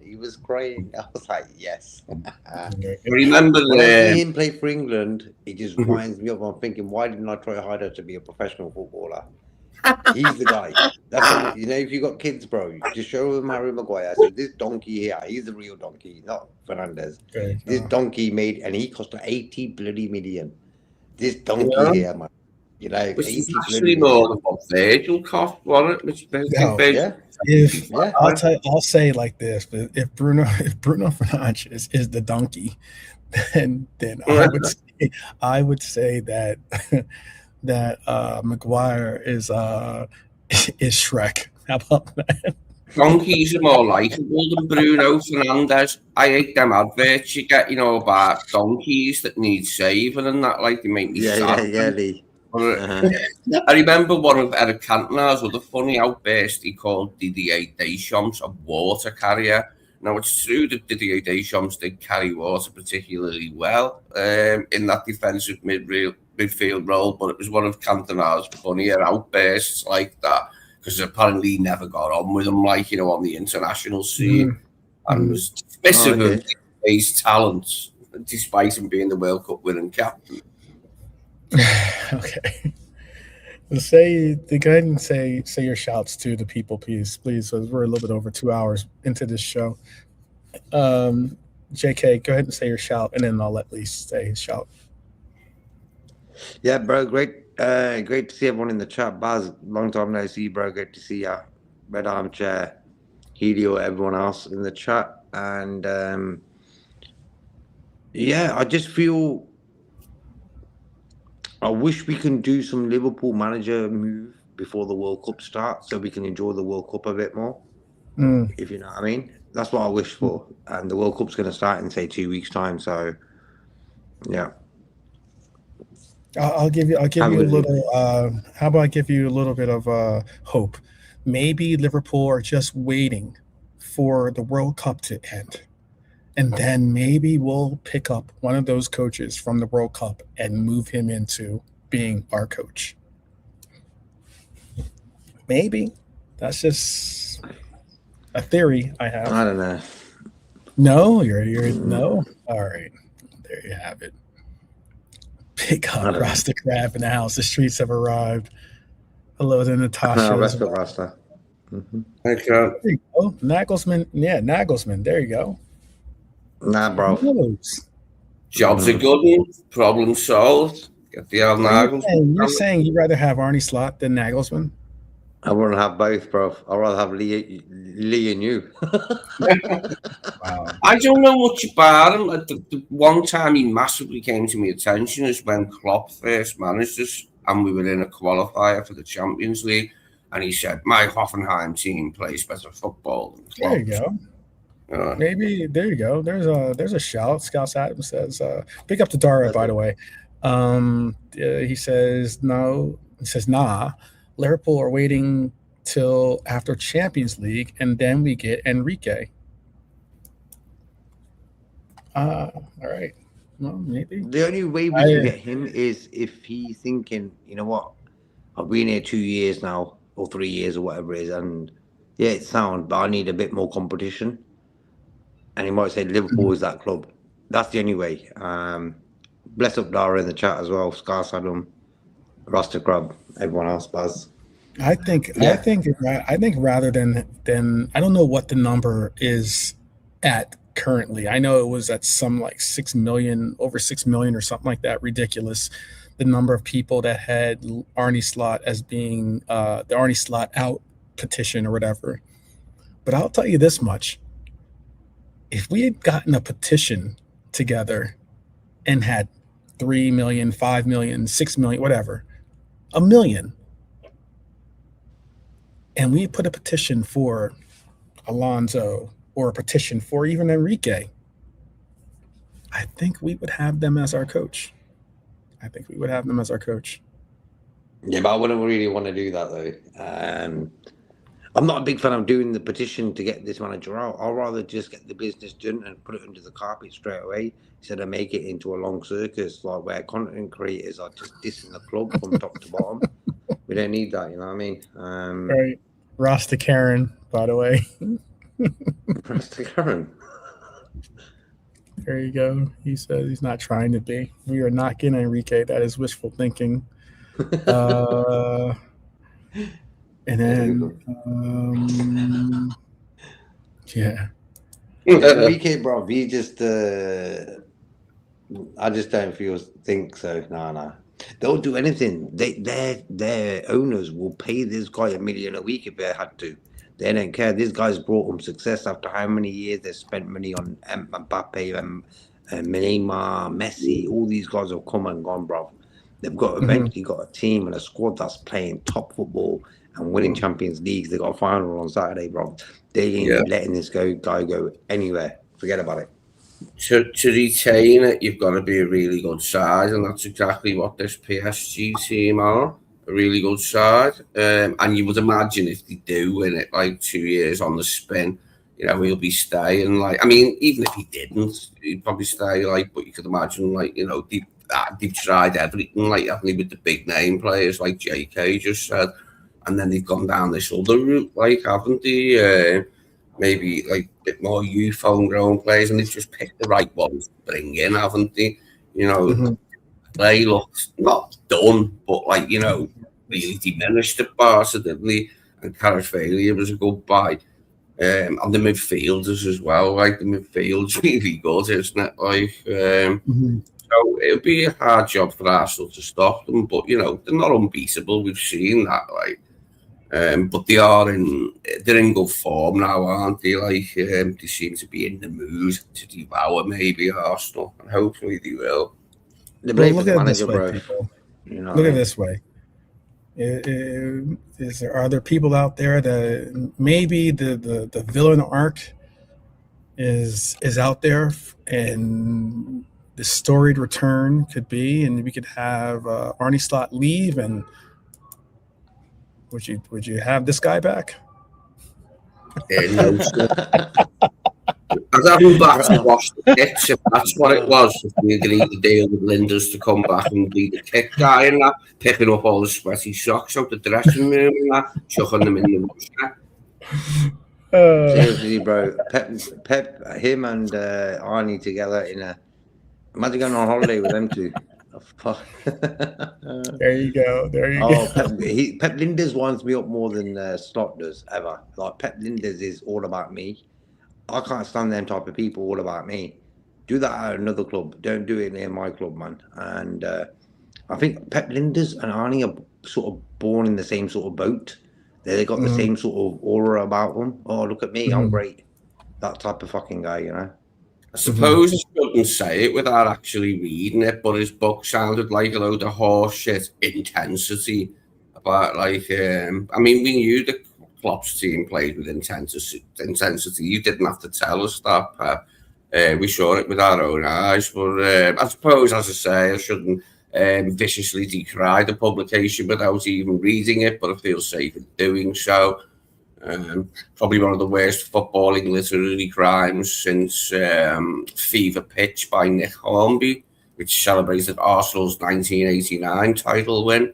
That was a load of horse shit that I did read to laugh at. Jeez. Crystal Palace. Yeah, they won, yeah. They won. And I guess you can call them.